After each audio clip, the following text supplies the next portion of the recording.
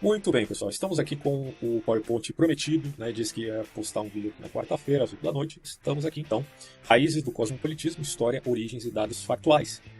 Lembremos, este é um tema muito em voga hoje em dia, muito discutido fora do país e que, infelizmente, às vezes é muito enviesado por por visões mais simplistas a respeito de um tema altamente complexo e que exige dados históricos para a gente compreender, portanto, a raiz, né, as heranças envolvidas aí nesse pensamento. Preparei um slide aqui grande, certamente demanda tempo para expor isso aqui, então essa aula vai demorar um pouquinho, mas você pode assistir aos poucos também, né, como está gravado, está disponível aqui gratuitamente no meu canal. Agora lembrando, se você gostar, por favor, não esqueça de apoiar o canal, porque é importante, tá? Não é fácil fazer, né, vídeos assim, pode parecer para você fácil, porque muita gente é alienada do trabalho alheio, né? Inclusive essa é uma temática do Karl Marx, né? Ele dizia que as pessoas eram alienadas a respeito daquilo que era produzido. No que se trata aqui dos vídeos aula do YouTube, isso também acontece. Essas coisas não são fáceis, simples, exigem pesquisa, exigem tempo, certo? Então espero que vocês tenham essa consciência e, por favor, apoiem, né, compartilhando o vídeo ou até mesmo comentando e dando like, tá? Aqui é o Atlas. O Atlas ele representa bem, né, o mito de Atlas, aquilo que chamaremos de cosmopolitismo. De início, então já deixo claro este ponto. Não trarei aqui a ênfase na nacionalidade ou religião de quem tenha intento cosmopolita. Ali existem judeus, latinos, americanos, europeus, e a coisa não tem a ver com uma etnia em particular. Ainda que se veja a tradição dinástica envolvida de algum modo, que não será tratado neste vídeo, mas poderei fazer posteriormente. Detalhe é que não creio na teoria de conspiração do falso livro Os Protocolos dos Sábios de Sião, que deu ensejo, inclusive, ao nazismo. Precisamos tomar muito cuidado com essas nuances. Gente, eu estou com uma rinite aqui que pode atrapalhar um pouco na apresentação, espero que não muito, tá? Mas vamos lá. Precisamos tomar muito cuidado com essas nuances, porque existem no mínimo dois projetos que são concorrentes. Um cosmopolita, radical, de vertente liberal, de ordem socialista. E aí eu falo socialista não necessariamente marxista, tá? E outro nacionalista com pretensões imperialistas, muitas vezes de caráter romântico, vide idealismo alemão. Podemos de fato fazer um link aqui entre o idealismo alemão e algumas vertentes de direita revolucionária. Bom, e aí eu coloco, são os parricidas de um lado e os filicidas do outro lado, ok? Os parricidas, evidentemente, como é respectivamente aqui, representam o cosmopolitismo radical, e os filicidas, uma visão ultranacionalista. Hitler não era cosmopolita, mas mesmo assim foi uma peste. Lembrem-se que um pouco de fermento leveda toda a massa. Sobre a possibilidade de um governo mundial, ele só pode se dar por grandes rupturas, pautadas em catástrofes, tendo, pois, apelo socorrista. Sempre houve quem tivesse essa pretensão. Mas hoje, a tecnologia possibilita algo mais efetivo. Eu coloquei esse comentário aqui porque foi um pequeno diálogo aí a respeito dos vídeos anteriores, com as pessoas que comentaram lá. Você pode assistir o vídeo anterior também, onde eu postei algumas curiosidades ali, como prelúdio para este aqui, que é um vídeo mais voltado ao estudo. Aqui eu tenho a bibliografia do Bobbio. Eu vou tratar muito do aspecto histórico do cosmopolitismo, se valendo do artigo do Norberto Bobbio, na sua obra sobre ciência política. Tá? Então aqui tem a bibliografia do artigo desse autor. Destaquei os nomes aqui dos autores que ele se valeu, para que caso você se interesse em se aprofundar nisso, já tem aí um caminho. Eu também tenho aqui algumas bibliografias pautadas no verbete, que você pode encontrar isso em inglês, tá? Sobre globalismo. Globalismo é um tema bem polêmico, porque muita gente toma o conceito de um modo, outros de outra forma. Às vezes globalismo pode, de fato, sim, ser sinônimo de globalização econômica. Alguém pode utilizar dessa forma. Outras vezes não. Né? Pode representar, por exemplo, o globalismo da internet ou o globalismo dos direitos humanos, né? Que não necessariamente tem a ver com uma teoria relativa a uma conspiração política de um governo centralizado sobre todos os estados-nação. Certo? Então, esses pontos têm que ficar muito claro aqui. Tem alguns autores que tratam desses temas, alguns muito tendenciosos, mas apesar disso, deixei claro que é importante repassar, né, a bibliografia para quem tiver interesse. Tem muitos que questionam, inclusive, o uso do termo globalismo pela extrema-direita, tá? E chamam isso de conspiração. Veremos tudo isso aqui. Tem mais aqui alguns autores, também sobre cosmopolitismo. Eu deixei aqui algumas referências sobre Alexandre Magno. Então vamos começar. O uso contemporâneo define o termo cosmopolitismo como significando o cidadão do mundo. Eu não vou trabalhar o aspecto do grego, tá? Ou da etimologia da palavra. Mas basicamente o significado é esse, cidadão do mundo. Sendo, pois, a ideia de que todos os seres humanos são membros de uma única comunidade. Porém, não se nega necessariamente as visões do que constitui esta ou aquela comunidade, podendo incluir padrões morais em termos de costume, em práticas econômicas, estruturas políticas ou formas culturais díspares. Claro que isso, eu até deixo destacado aqui, tem a ver com a teoria, né? Estava procurando a luzinha aqui, agora chega. Tem a ver com o aspecto da teoria, não necessariamente a prática. Assim sendo, alguns pensadores sugerem que uma comunidade cosmopolita, na qual indivíduos de vários locais físicos, econômicos, etc., entram em relacionamento de respeito mútuo apenas de suas crenças diferentes e totalmente possível. Isso seria, portanto, totalmente possível. Mas fica a pergunta: tal coisa inclui enfraquecer ou não os Estados nacionais? Porque a grande questão aqui é essa. Você está dizendo que você é cosmopolita e que você admite acordos entre nações, acordos multilaterais, os pactos necessários para conter algum problema de ordem global. Ok, todos nós aceitamos isso. Mas a pergunta que fica é, se você é cosmopolita, você de fato deseja enfraquecer os Estados nacionais? Sim ou não? É a pergunta que eu já deixo de cara aqui. Tem essa pequena abordagem do Nicolau Bagnano no seu dicionário de filosofia. Ele vai dizer o seguinte: o cosmopolitismo é uma doutrina que tende a negar a importância das divisões políticas e a ver no homem, ou mesmo no sábio, né, no sentido dos estoicos, um cidadão do mundo. Então você já vê que o Abagnano ele coloca aqui como negar a importância das divisões políticas. Parece que é um ponto muito forte no cosmopolitismo. Cosmopolita, respondeu Diógenes, o cínico, a quem lhe perguntou de onde era, certo? Ele disse, eu sou cidadão do mundo. O cosmopolitismo também foi defendido pelos estoicos. Consideramos todos os homens, dirá Zenão, compatriotas e concidadãos, que a vida e o mundo sejam unos como uma lei unida, acho que está escrito errado aqui, né? Enfim, criada como uma lei comum. O cosmopolitismo, como ideal diferente do universalismo eclesiástico, foi compartilhado por Leibniz. A gente vai ver isso um pouquinho mais à frente. E retomado pelo iluminismo. E Immanuel Kant considerava-o um princípio regulador do progresso da sociedade humana para a integração universal. E, portanto, como o destino do gênero humano, justificando por uma tendência natural neste sentido. É, pois, cosmopolitismo uma potência que se tornará ato inevitavelmente. Ocorrerá um afunilamento para que, então, cheguemos ao patamar de todos sermos cidadãos do mundo, mas como será a ordem do mundo é algo que está ainda em aberto. Pelo menos segundo Kant, ele dá um parecer nisso quando ele fala da paz perpétua, né, na sua obra. Aqui temos o Norberto Bobbio, que trataremos aqui do seu artigo na obra sobre ciência política. Aqui tem um livro dele, que é O Futuro da Democracia, é dito sobre ele. A obra lançada em 1984 concebia o Estado como tendo um lado sadio e legítimo, combinado com uma anomalia permanente. Faltou fechar as aspas aqui, mas tudo bem. Será que o Bobbio acertou? O Estado tem um lado sadio e tem um lado sombrio? Bom, a crítica que se faz aos nacionalismos e à opressão deles em relação ao seu povo diz que sim, por outro lado, há uma importância também no Estado-nação. Comecemos a falar então do cosmopolitismo aqui, baseado na obra do Bobbio. Cosmopolitismo, universalismo e internacionalismo. Cosmopolitismo é a doutrina que nega as divisões territoriais e políticas, pátria, nação, Estado. Então, o Bobbio concorda aqui, já com o Abagnano, quanto a isso. Inicialmente, quando alguém se diz cosmopolita, há uma certa negação a divisões territoriais e políticas. Mas essa negação é de caráter efetivo na prática ou é só relativo a uma instância da vida onde ele reconhece que todos, enfim, somos irmãos? Uma coisa é a irmandade universal, e esse sentimento é legítimo. Outra coisa é você negar, no ponto de vista prático e político, as divisões políticas. Tá? O que significa negar isso em termos práticos, essa questão?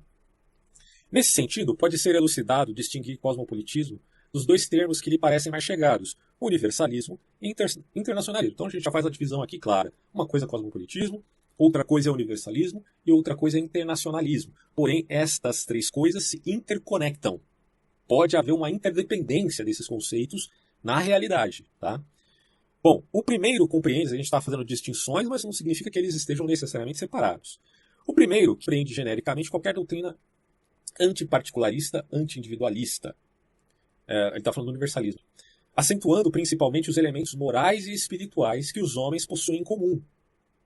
Não se contrapõem tão claramente às realidades políticas antes mencionadas. Então, você pode ter esse caráter universalista, admitindo o sentimento da pátria e a regulamentação e instituição da nação, do Estado. Você pode admitir, portanto, esse sentimento universalista, sem necessariamente negar essas divisões, pátria, nação, Estado. Não tem problema nenhum.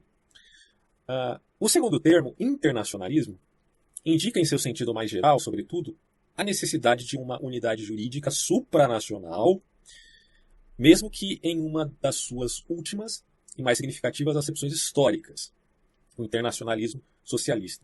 Questiona-se claramente que o institucionalismo socialista, por exemplo, é uma dessas formas de ver a coisa do ponto de vista internacionalista.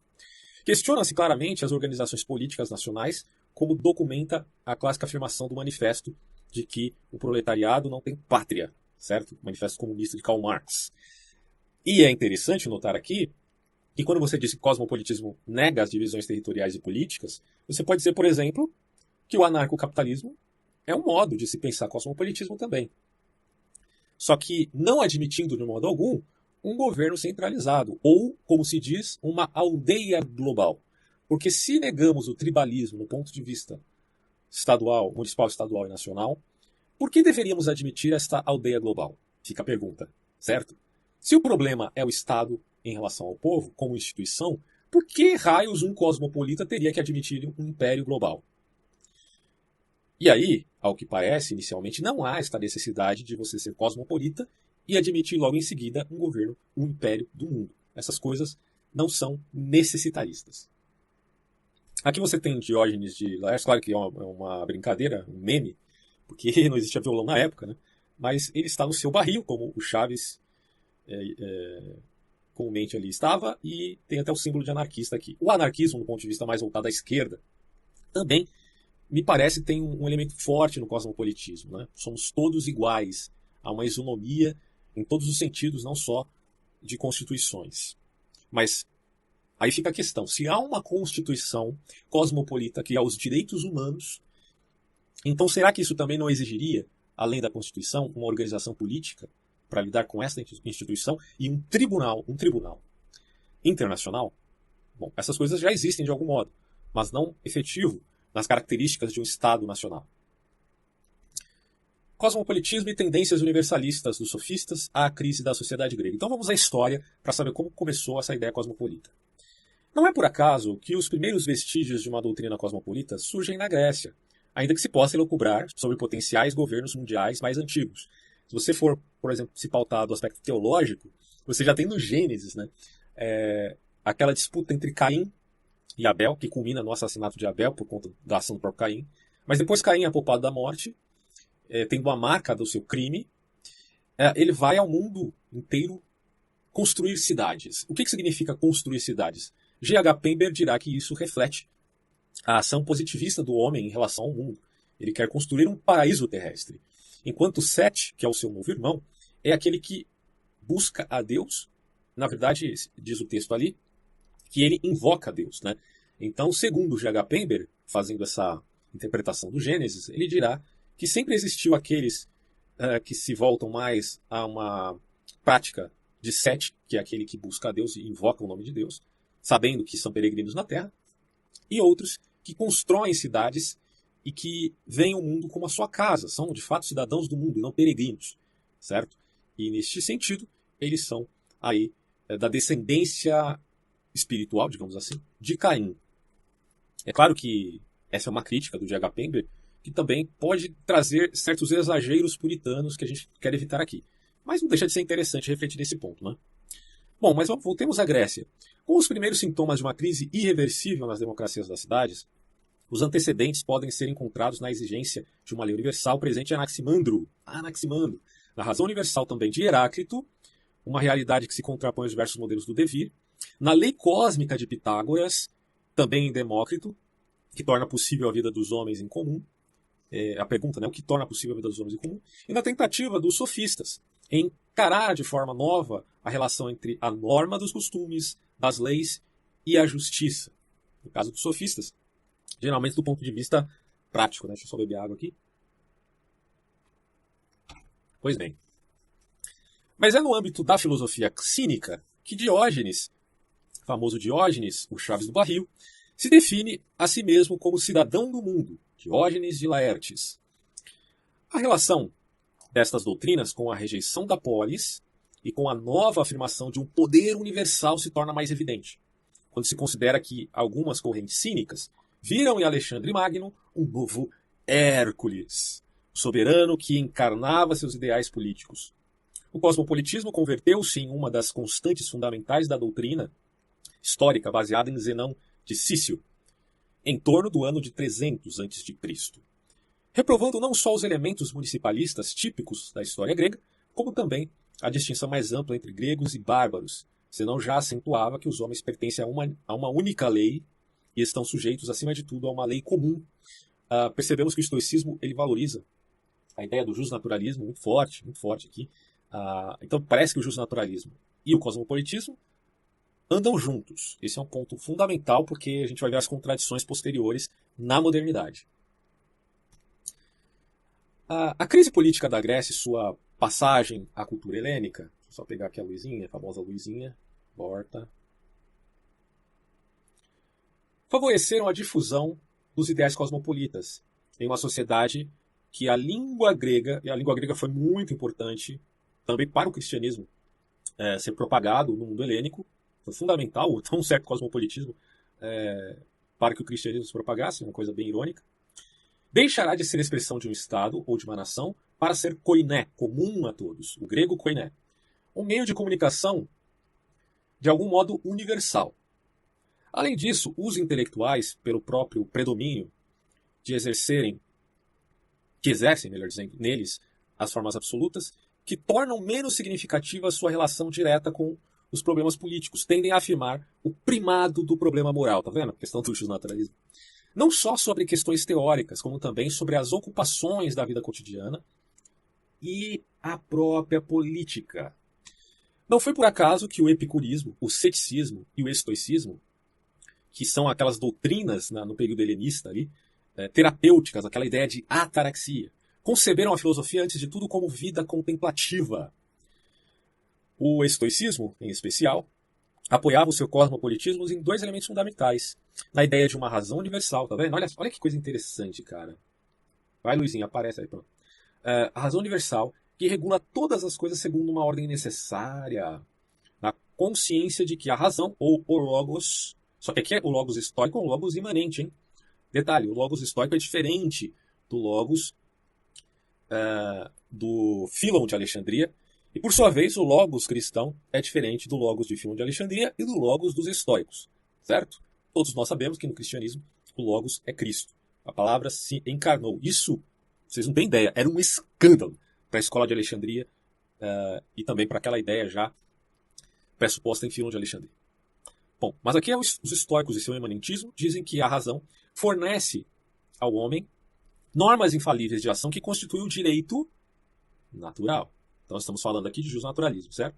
Além disso, o estoicismo, ao exaltar os valores intelectuais, fazia consistir a distinção entre o sábio e os demais homens, justamente na consciência da caducidade das ideias de pátria e de Estado. Pátria e Estado são coisas temporais, elas vão caducar, porque o que vai permanecer são as ideias cosmopolitas, porque todos somos irmãos. Bom, e mais do que isso, na modernidade se dirá, o sábio sabe, embora seja redundante isso, né, que ele é cidadão do mundo e não cidadão da sua pátria. Então, existe já um certo preconceito aí, subjacente, de que quem é patriota é uma pessoa muito simplista.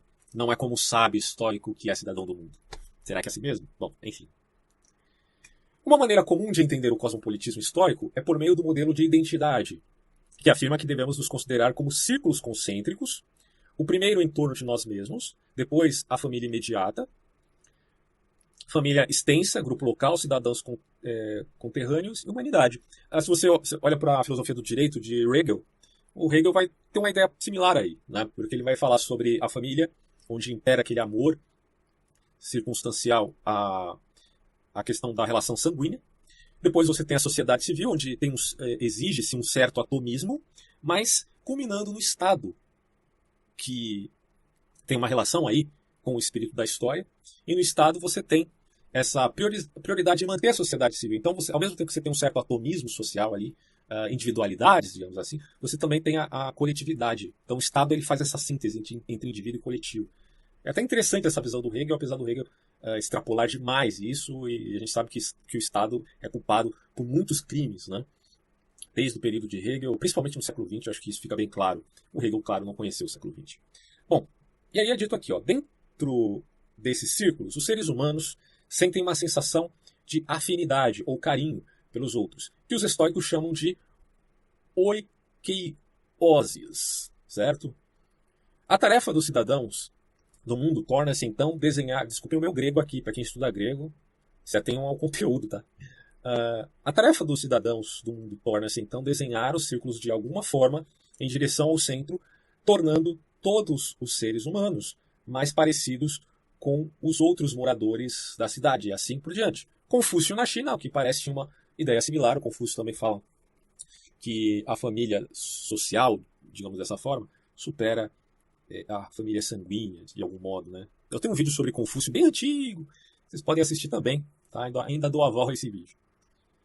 Você tem Alexandre Magno, uma representação dele. O cosmopolitismo, portanto, pode ser definido como uma política global, apesar de que ele pode se abster do aspecto da política, né? Então fica esse jogo ambíguo, se ele tem política ou se ele não tem política, mas ele pode ser visto também como uma política global que, em primeiro lugar, projeta uma sociabilidade de engajamento. É meio aquela coisa meia esquisita de dizer. Devemos fazer política para acabar com a política. Devemos ser políticos para nos tornar apolíticos. É mais ou menos essa loucura aí. Bom, projeta uma sociabilidade de engajamento comum entre todos os seres humanos em todo o mundo. E, em segundo lugar, sugere que essa sociabilidade deve ser eticamente ou organizacionalmente privilegiada sobre outras formas de sociedade. Olha só, então há um privilégio. Quer dizer, se há uma política global, de fato, ainda que se diga que não é político, então há um governo que se privilegia sobre todos os outros. E logo você tem um poder suprapolítico, que nem sequer se diz político e às vezes se oculta, mas influencia de forma patente os países e os estados nacionais. Isso aí se chama aristocracia, tá? E pior, é secreta. E aí é um problema, certo? Assim, modernamente falando, há admissão de multiculturalismo, mas também de aculturação, onde as culturas se relacionam de modo recíproco, ainda que na teoria se queira manter aí a integridade delas em algum grau. Mas nessa relação acaba ocorrendo sincretismos, né? O conceito de tudo sobre o céu, baseado na cultura chinesa, é uma metonímia para império, e dá a ideia de algo que se vincula ao cosmos e não só ao planeta Terra. Nesse ponto de vista, o cristianismo defende um tipo de cosmopolitismo também. É preciso ficar claro isso aqui. Ó. O cristianismo defende um certo tipo de cosmopolitismo. Pelo menos parte disso. Ele não é cosmopolita, ele é mais universalista. Tá? O cristianismo é mais universalista. Mas você pode achar traços aqui de irmandade que combina com o cosmopolitismo. E por isso que eu coloco aqui, ó, mas não de caráter imanentista, como se vê na ideia globalista de afunilamento político. Mesmo considerando, como já disse, que o globalismo é um conceito muito problemático quando se fala aí que ele representa uma conspiração.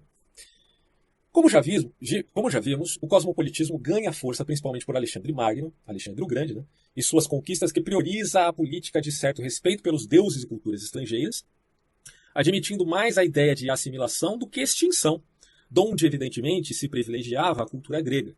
O termo helenização, cunhado por historiadores, serve justamente para denotar a expansão da língua, cultura e população grega para além das regiões do Império Aquemênida após as conquistas de Alexandre. Lembremos que os judeus combateram a helenização ao ponto de muitos morrerem por essa causa, né? Porque viam na sua cultura, ou na preservação dela, a salvação do seu próprio povo. Então, você percebe que há uma legitimidade no sentimento de patriotismo, principalmente no judaísmo. porque o judaísmo só se manteve intacto enquanto nação porque eles privilegiavam esse sentimento patriótico, que envolvia muito mais do que um nacionalismo de estirpe ideológica, contendo ali um elemento profundamente religioso, certo? Então, muitos morreram porque não quiseram comer carne de porco. Né? Você tem toda essa celeuma deflagrada, por exemplo, na Bíblia Católica, no livro de Macabeus, nos livros ali. Essa exportação pode ser vista nas grandes cidades helênicas, como, por exemplo, a questão da cultura, né, helênica, em Alexandria, Antioquia e Seleucida, ao sul do atual Bagdá. Alexandre queria inserir elementos gregos na cultura persa e tentou hibridizá-la. O intento dele era isso. A admissão de certo sincretismo, hibridizá-la com a cultura grega, já que ele conquistou os persas. Lembramos que o governo mundial anterior, segundo o relato de Daniel, claro que antes da Babilônia, você tem vários governos mundiais também. Você tem o Egito, você tem um poderio assírio muito grande, que conquistou inclusive Israel. Mas na época babilônica, os babilônios vencem, né, os assírios, se tornam a cabeça de ouro da estátua daniélica e acabam destruindo Jerusalém. Né, tem toda a história ali do cativeiro de Judá, de Israel perdeu para os assírios, de Judá para os babilônicos. São levados cativos, depois dos babilônicos você tem os medos e os persas, depois os gregos, depois os romanos. E na interpretação de Flávio Josefo, se dirá que a profecia daniélica, do quarto monstro, né, dos 4 animais de Daniel, e também da estátua de Daniel, se refere a esses 4 reinos, que inclui aí Roma, e portanto, do ponto de vista apocalíptico, a nova Roma que surgirá, claro, como uma falsa religião, não se tratando aqui necessariamente do catolicismo romano, tá? Então, outra coisa. Bom, então Alexandre Magno já tinha esse espírito de hibridização de culturas. Isso fazia parte do seu esforço de homogeneizar a Ásia e a Europa, claro que privilegiando sempre a cultura grega. Contudo, seus sucessores rejeitaram esta ideia quando o reino foi dividido pela morte prematura do Alexandre aos 33 anos. Ainda assim, a helenização se espalhou pela região, acompanhada por uma distinta e oposta orientalização dos estados sucessores. Vou minha aguinha aqui, senão não aguento. Alguns dos principais efeitos da helenização pode ser visto no Afeganistão e na Índia, especialmente na região do reino greco-bactrio, que englobava os territórios afegão, paquistanês e tajiquistanês, além também do reino indo-grego, nos territórios afegão e indiano. Na nova Rota da Seda, a cultura grega hibridizou com a indiana. Isso aqui é muito curioso, né? Especialmente com a cultura budista. O resultado do sincretismo, conhecido como greco-budismo, teve muitas influências no desenvolvimento da cultura budista em geral e criou também uma nova cultura de arte greco-budista. Já ouviu falar disso? Pois é. Aqui você tem alguns exemplos dessa arte. É bem interessante, né, cara? Bem curioso isso. Essas culturas aqui com representações dos mitos de outros povos, mas na estética grega. Bem curioso.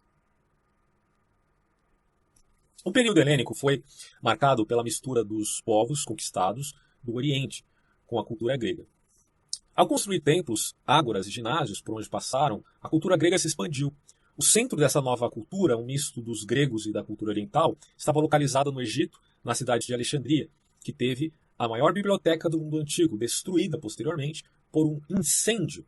No entanto, a cultura helênica continuou existindo, pois se caracterizou. É triste, né, saber que essa biblioteca, boa parte dela foi perdida, cara. Quanta coisa interessante, né, foi destruída ali. Mas a cultura continuou ali, existindo, cultura helênica, se caracterizando por um resultado de mistura de culturas gregas e dos povos orientais conquistados por Alexandre. Foi através dele que a cultura grega se expandiu e se alastrou pelo Oriente. Os povos conquistados por Alexandre conviveram com a cultura grega, assim como os gregos e macedônios conviveram com a cultura local, formando o que chamamos de helenismo. As esculturas são grandes marcas, como a gente já viu aqui, né, da cultura helenística. Elas representam os corpos humanos e são meticulosamente detalhadas, a ponto de representarem corpos em movimento. Algumas delas, não todas. Falemos agora da herança helenística, o estoicismo e o universalismo jurídico dos romanos. No mundo romano, a presença de uma doutrina cosmopolita está ligada à crise da cultura política republicana e aos vínculos com o mundo grego e helenístico. É, de fato, num ambiente grecizante, diz Lucílio, que amadurece entre os intelectuais romanos a consciência da autonomia da literatura em relação ao Estado e que havia de reaparecer como um dos mais firmes estereótipos do cosmopolitismo literário na própria época moderna. Então as revoluções, geralmente de cunho político, elas começam também antes, de um ponto de vista literário, artístico e filosófico. O intermediário entre a doutrina estoica e Roma foi o filósofo Panécio, mestre de sua geração, bem como da seguinte. Em Panécio, a filosofia estoica não apresentava a rigidez antiga, que a gente já está num período um pouco mais avançado ali. Claro, que aqui já é o período romano. Ele levava em consideração elementos platônicos e aristotélicos. O que conhecemos do ensino de Panécio em Roma provém quase exclusivamente das obras de Cícero, mas é conveniente distinguir o que este lhe quis atribuir do que constituía seu verdadeiro pensamento. Né? Aí já é uma crítica textual que se faz à obra de Cícero. Trata-se, de qualquer modo, de uma filosofia moral concreta que insere os elementos universais e comuns a todos os homens na vida real da sociedade. E algumas figuras romanas. Neste sentido, o cosmopolitismo de Panécio podia harmonizar-se com a realidade política de Roma e até com sua hegemonia. Né? Porque aí você está pensando no cosmopolitismo cesariano. Isso é possível dispensar? Certamente que sim. Assim, o havia entendido principalmente Cícero, que tentou dar uma resposta aos complexos problemas de seu tempo, opondo os ideais das humanitas e do papel das leis à crise que estava ameaçando insidiosamente a existência da própria república. Não é casualidade que as ideias cosmopolitas se apresentem sobretudo na última fase de sua experiência, após haver fracassado na tentativa de fazer reviver a república. São as crises constantes da república ou dos governos que fazem ressurgir o pensamento cosmopolita. Isso é importante a gente salientar porque estamos vivendo isso. A crise de uma pandemia fortalece esses ideais. Baseando-se no direito e na humanitas. Em uma de suas obras, ele atribuía a Sócrates e a si próprio, Sócrates aqui o grego, tá? O filósofo grego, e a si próprio a ideia de que o filósofo grego se definia, no caso Sócrates, como cidadão do mundo, e só este considerava como sua pátria e cidade. Seria útil insistir na deformação que aqui sofre o pensamento de Sócrates, anunciador, de fato, de uma moral universalista, porém substancialmente fiel às leis da polis, tanto que não se recusou morrer quando foi condenado pela democracia ateniense. Então Sócrates não era necessariamente um cosmopolita, ainda que se admita aqui nele uma moral universal. Cícero estendia a Sócrates de modo inadequado, claro, o estereótipo cínico já visto em Diógenes de Laertes, fazendo uma confusão aqui entre os cínicos grego e o filósofo do conhece-te a ti mesmo, o Sócrates, mestre de Platão. Bom, lembrando que cinismo em filosofia não tem nada a ver com o conceito popular que nós utilizamos hoje, tá? São coisas bem diferentes. A Pax Augusta, a paz, vamos colocar assim, né? Reservou momentaneamente um papel importante aos intelectuais na ideologia do Principado de Otaviano, mas o equilíbrio foi rompido. Quem o tentou reconstruir, baseando-se na filosofia estoica e nos ideais cosmopolitas, foi Sêneca, durante o reinado de Nero. Você vê que o cosmopolitismo e o estoicismo eles estão muito próximos ali na antiguidade. Aqui você tem uma frase, eu acredito que seja uma frase de Sêneca, a gente nunca sabe, né? Alguém pode fazer uma montagem, mas, enfim, é parte da cura o desejo de se curar. Se não for Sêneca que disse isso, eu concordo com quem disse. O De Clementia é o verdadeiro programa que visa, é a obra, né, dele, a renovar o Principado à luz dos valores de humanidade, de filantropia e cosmopolitismo. Aqui você tem as origens do pensamento filantrópico, ensinados pela filosofia estoica. Mas tal tentativa adoece de uma debilidade intrínseca que a história sucessiva havia de descobrir claramente. A clementia, ou clemente, sei lá, único modo de conciliar a paz, a liberdade e a felicidades públicas, era o sentimento de amor que deveria ligar o príncipe aos próprios súditos, sem distinção na qualidade de homens. Mas ela revelava a intrínseca debilidade do compromisso de Sêneca de fazer prevalecer seus ideais filantrópicos e cosmopolitas. Né? Na realidade, não havia outro vínculo a não ser o puramente moral e filosófico, a convencê-lo aos ideais da justiça e da felicidade comum. O uso do poder, por parte de Nero, deve ter demonstrado bem depressa a profunda fragilidade desta tentativa. Não foi a última, claro, porquanto a época dos Antoninos parece ter realizado mais uma vez, mormente, com Marco Aurélio, o Marco Aurélio que é um filósofo, certo? A velha aspiração platônica do poder supremo entregue há um filósofo, ele viu o bem supremo, ele volta para governar. Mas Marco Aurélio era mais estoico, né? Consideremos aqui.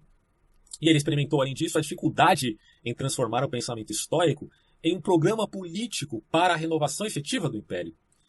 Então, os ideais cosmopolitas eram, sobretudo, reflexo da recusa cada vez mais acentuada dos intelectuais em ficar sujeitos ao império. Você vê que aqui o cosmopolitismo está aparecendo como uma recusa ao império e não como a admissão dele. É bem interessante isso, né? Porque você não pode confundir que há necessidade entre cosmopolitismo e imperialismo cesariano. São coisas que não necessariamente se combinam. O último eco importante das aspirações cosmopolitas dos estoicos está ligado aos juristas que prepararam a Constituição Antoniniana,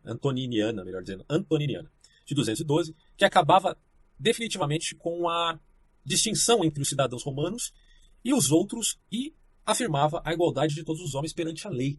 Então o direito romano conseguiu anteceder em muito a Revolução Francesa e admitir a igualdade em termos de lei, a isonomia, né, para todos os homens. Isso foi espetacular, né, se a gente for pensar aqui, é uma questão muito interessante. Papiniano, prefeito do Pretório de 203 a 212, ao estender a igualdade da cidadania a todos dentro do império, tinha uma vista a oikumene, pregada pelos estoicos.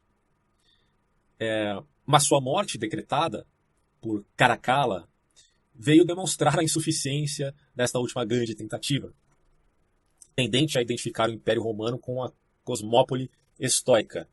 No fundo, os imperadores romanos jamais admitiriam essa visão ética e moral da igualdade, porque eles estavam acima de tudo, afinal de contas, né? Não foi por acaso que Papiniano se tornou um herói intelectual de uma das mais significativas tragédias do italiano Giovanni Vincenzo Sgravina, o maior romanista da primeira metade do século XVIII. É assim que foi possível ao direito romano, principalmente depois da complexa codificação de Justiniano, corpo da lei civil, apresentar-se como a realidade jurídica mais próxima na história humana, certo? Esse corpus juris civilis, do próprio direito natural. É aquilo que conseguiu se aproximar mais da ideia do justnaturalismo. Um assunto que teria mais tarde um importante significado com a retomada do direito romano ligado à escola de Bolonha. Falemos agora da res publica cristiana e Idade Média. O que o cristianismo tem a ver com o cosmopolitismo? Pensando aqui o cristianismo segundo a Idade Média, né? Depois da divisão do Império, do desaparecimento do Império do Ocidente e das invasões bárbaras, o tema de uma comunidade supranacional se inspirou, de preferência nos ideais religiosos, no universalismo de uma res pública cristã, onde os homens eram iguais porque todos são filhos de Deus. Segundo Tiago, o apóstolo, Deus não faz acepção de pessoas. Embora se considere a ideia de galardões segundo a ação meritória dos homens para a salvação, o que há ali é a misericórdia divina e o dom de Deus. Mas para um cristianismo triunfante, é já capaz de assumir, com sua força organizadora e hegemônica, toda a sociedade, tornando-se progressivamente um notável elemento de unificação. A unificação espiritual é muito importante na Idade Média, que se valeram também os príncipes, e que foi uma temática para Antônio Gramsci, posteriormente, fazer a sua tentativa de revolução cultural através aí, de seus métodos, que depois foram imitados pela direita francesa. E aí ele continua aqui, o Bob. É melhor falar antes de universalismo do que cosmopolitismo, quando tratamos desses elementos aí do cristianismo. É mais universal do que cosmopolita. Porque o cristianismo, convenhamos, falará de peregrinação na terra e não de cidadania do mundo. Ele vai dizer aqui, ó, desde o princípio, o cristianismo nascente teve de escolher entre limitar-se a ser uma heresia no mundo hebraico, entre os judeus, né, ou dirigir-se ao mundo inteiro. Mas como peregrino e não amante do mundo. Lembremos as palavras do próprio Pedro, apóstolo. Superando os limites nacionais do povo de Israel. O conflito entre Pedro e Paulo, que acho que aqui o Bob barateou demais, né, esse tal conflito entre Pedro e Paulo, mas tudo bem. Terminou com a vitória do segundo, do Paulo. Ele significava desde o início a opção universalista. Pois esta opção que inspirou todo o relacionamento político do cristianismo, que passou da indiferença ou total oposição ao reconhecimento dos dois poderes, certo? O império e o papado. E até mesmo aos ideais teocráticos, muitas vezes surgidos da luta secular entre o papado e o império, que havendo luta também havia ali vinculações e mancomunações. Quando se trata de Inquisição, quem punia aqueles que eram condenados pela Inquisição era o poder secular. Mas é claro que quem pregava eram os inquisidores. Então, não há por que a gente achar que eles não eram menos culpados por isso. Neste conflito, ambos os contendores afirmavam a dimensão universal dos próprios poderes, tanto o papado quanto os imperadores e príncipes, mas reconhecendo implicitamente o mesmo caráter, se bem que subalterno ao antagonista. Tinha-se obscurecido, pelo contrário, a consciência do direito individual a uma escolha, porque se enfatizava a ideia de absolutismo muito mais do que da consciência do indivíduo perante as leis. A própria sociedade feudal, com os seus complexos vínculos de dependência dos indivíduos, contribuía para tornar já distantes e cada vez mais nebulosos os ideais cosmopolitas que podiam ligar aí à antiguidade, dos estoicos que ficaram tão para trás.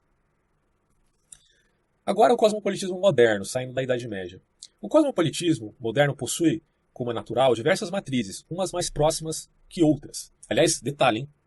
Ainda vai ser dito aqui, mas uma das coisas que provocou o ressurgimento com força do sentimento cosmopolita foram as guerras religiosas, né, como está descrito nesse trecho, veja só.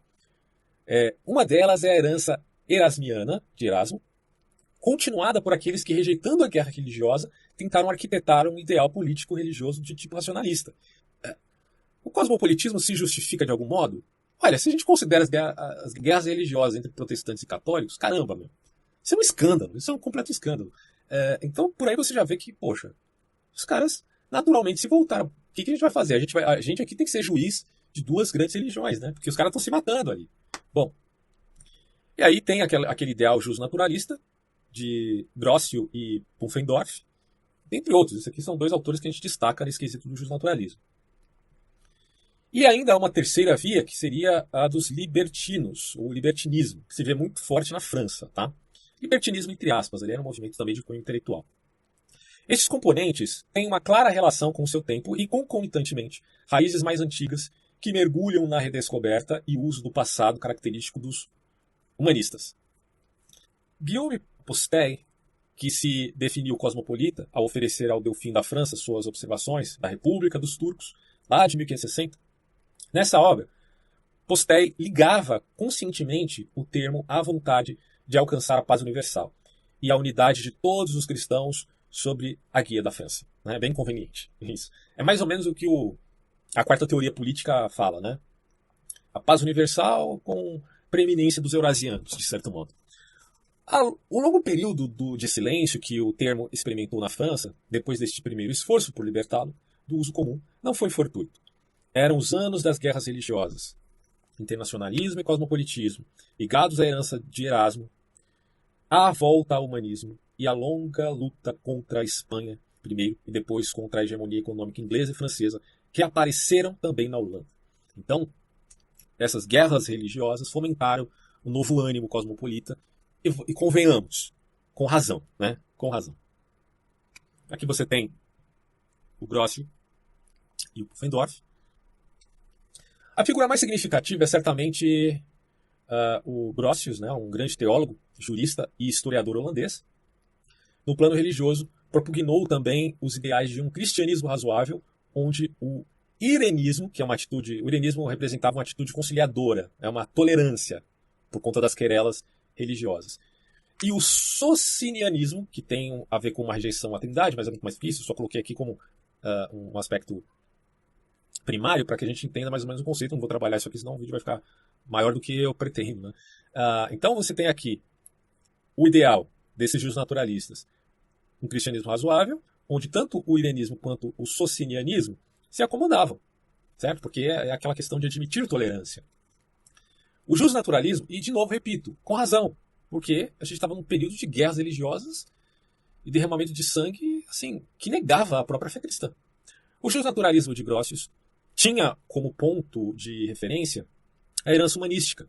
De novo, Erasmo de Roterdã, o pensamento estoico, né, o resgate do pensamento estoico, o universalismo de Justus Lipsius e o racionalismo religioso de Armínio. Tá? Que Armínio também, de certo modo, era calvinista, mas repensou isso. Vocês conhecem a história, né? A briga entre arminianos e calvinistas não é novidade aqui no canal. Aprofundando o tema já iniciado com o De Veritate e o De Jure, ele baseia no consensus gentil os 4 dogmas racionais da sua religião do gênero humano: existência de um só Deus, sua espiritualidade, providência e onipotência. Entre fins do século XVI e princípio do século XVII, o termo cosmopolita foi usado no campo das doutrinas alquímicas. A evocação do hermetismo, muito curioso isso, poderia parecer estranha e até pitoresca, mas na realidade não só demonstra as várias vicissitudes do termo, que assim alcançava o limiar do século XVIII, mas especifica também algumas das características que lhe ficarão vinculadas e se tornarão essenciais no iluminismo, ou seja, a ideia da luz-verdade, contraposta às trevas do erro, e a intencionalidade dos filósofos. Isso aqui filósofos em francês. O que já sabem distinguir a verdade do erro, ou seja, os sábios estoicos do passado. Então, você percebe no rastreio histórico das raízes do pensamento que o iluminismo ele tem uma vinculação antiquíssima aqui com o hermetismo, pelo menos parte do iluminismo. Não estou dizendo que o iluminismo seja por natureza hermético, mas ele tem alguma herança no hermetismo, ou seja, nas doutrinas alquímicas. Tá? E não é à toa, como eu disse no vídeo anterior, que falei sobre esse assunto, que você tenha uma dualidade maniqueísta entre esotéricos, que representa uma bifurcação aí. De um lado, tradicionalistas, perennialistas, de outro lado, New Ages, Nova Era. Esses da Nova Era têm uma visão mais progressista. Aqueles tradicionalistas, uma visão mais focada nas grandes tradições religiosas do passado, dizendo que o iluminismo representa uma artificialização desses mitos e, portanto, é o passado que nos traz o mito autêntico. Bom, então essa diferença é muito clara quando você fala de direita e esquerda. Você pode ver esotéricos, pensadores herméticos, alquimistas até, sei lá se existe alquimismo ainda, mas, enfim, místicos, que admitem um progressismo, tá? Ao invés de um reacionarismo. Ambos são esotéricos, mas com perspectiva completamente diferente. Uma vinculação com a transcendência no passado ou uma vinculação com a transcendência no futuro. Mas continuando aqui. Em um mundo em que as divisões das confissões era ainda significativa e a afirmação do poder dos estados absolutos não sofria a contradição da estratégia do poder iluminado, entre aspas, os ideais cosmopolitas sobreviviam nos juristas holandeses e alemães, nos céticos e libertinos franceses, e nas grandes correntes místicas herméticas, que se situavam à margem da cultura oficial. Eram secretas, né? É evidente que é a margem. Abrindo de quando em quando uma passagem até chegar ao iluminismo. E convenhamos que sempre existiu uma religião pública e uma religião secreta. Tá? Isso já acontecia na Grécia Antiga. Aconteceu nesse período intermediário entre Renascimento e Iluminismo. Isso sucedeu também no pensamento filosófico profundo dos românticos e idealistas alemães. Trata-se, pois, de uma aspiração bastante vaga de oposição aos conflitos religiosos e às brutais imposições da política absolutista, que consideremos o absolutismo de fato era um problema. Isso significa admitir o relativismo? Não, não significa. É só apenas a descrição da história. O absolutismo gerou muitos problemas e na modernidade o relativismo também gera muitos problemas. Né? São pretensões, tanto um quanto o outro. Eu já explico isso quando eu faço um vídeo, tem aí no canal, sobre ética ou objetividade da ética, onde eu uso o quadro negro. Vocês podem assistir esse vídeo para entender melhor o meu ponto sobre isso.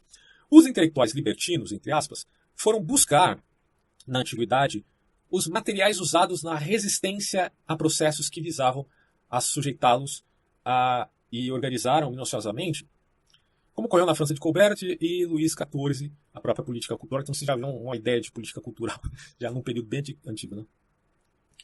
Que você tem um alquimista preparando a sua forma, transformando ferro ou qualquer outro metal em ouro, né, que era a ideia primordial deles. As guerras religiosas e hegemônicas da Europa foram outro fator que contribuiu para a difusão dos ideais pacifistas, com que lentamente se ia formando o pensamento cosmopolita no século XVIII. Tolerância, universalismo religioso, cristianismo razoável, direito internacional, né, foram os fundamentos escolhidos nos fins do século XVII para a República das Letras. Nela participaram homens tais como Locke, Leibniz, entre outros. Inclusive o Leibniz, é claro que eu resumi esse artigo aqui do Bobbio, porque ele vai citar inúmeros autores e o artigo é muito grande, então eu tive que dar uma bela resumida, enxugada aqui.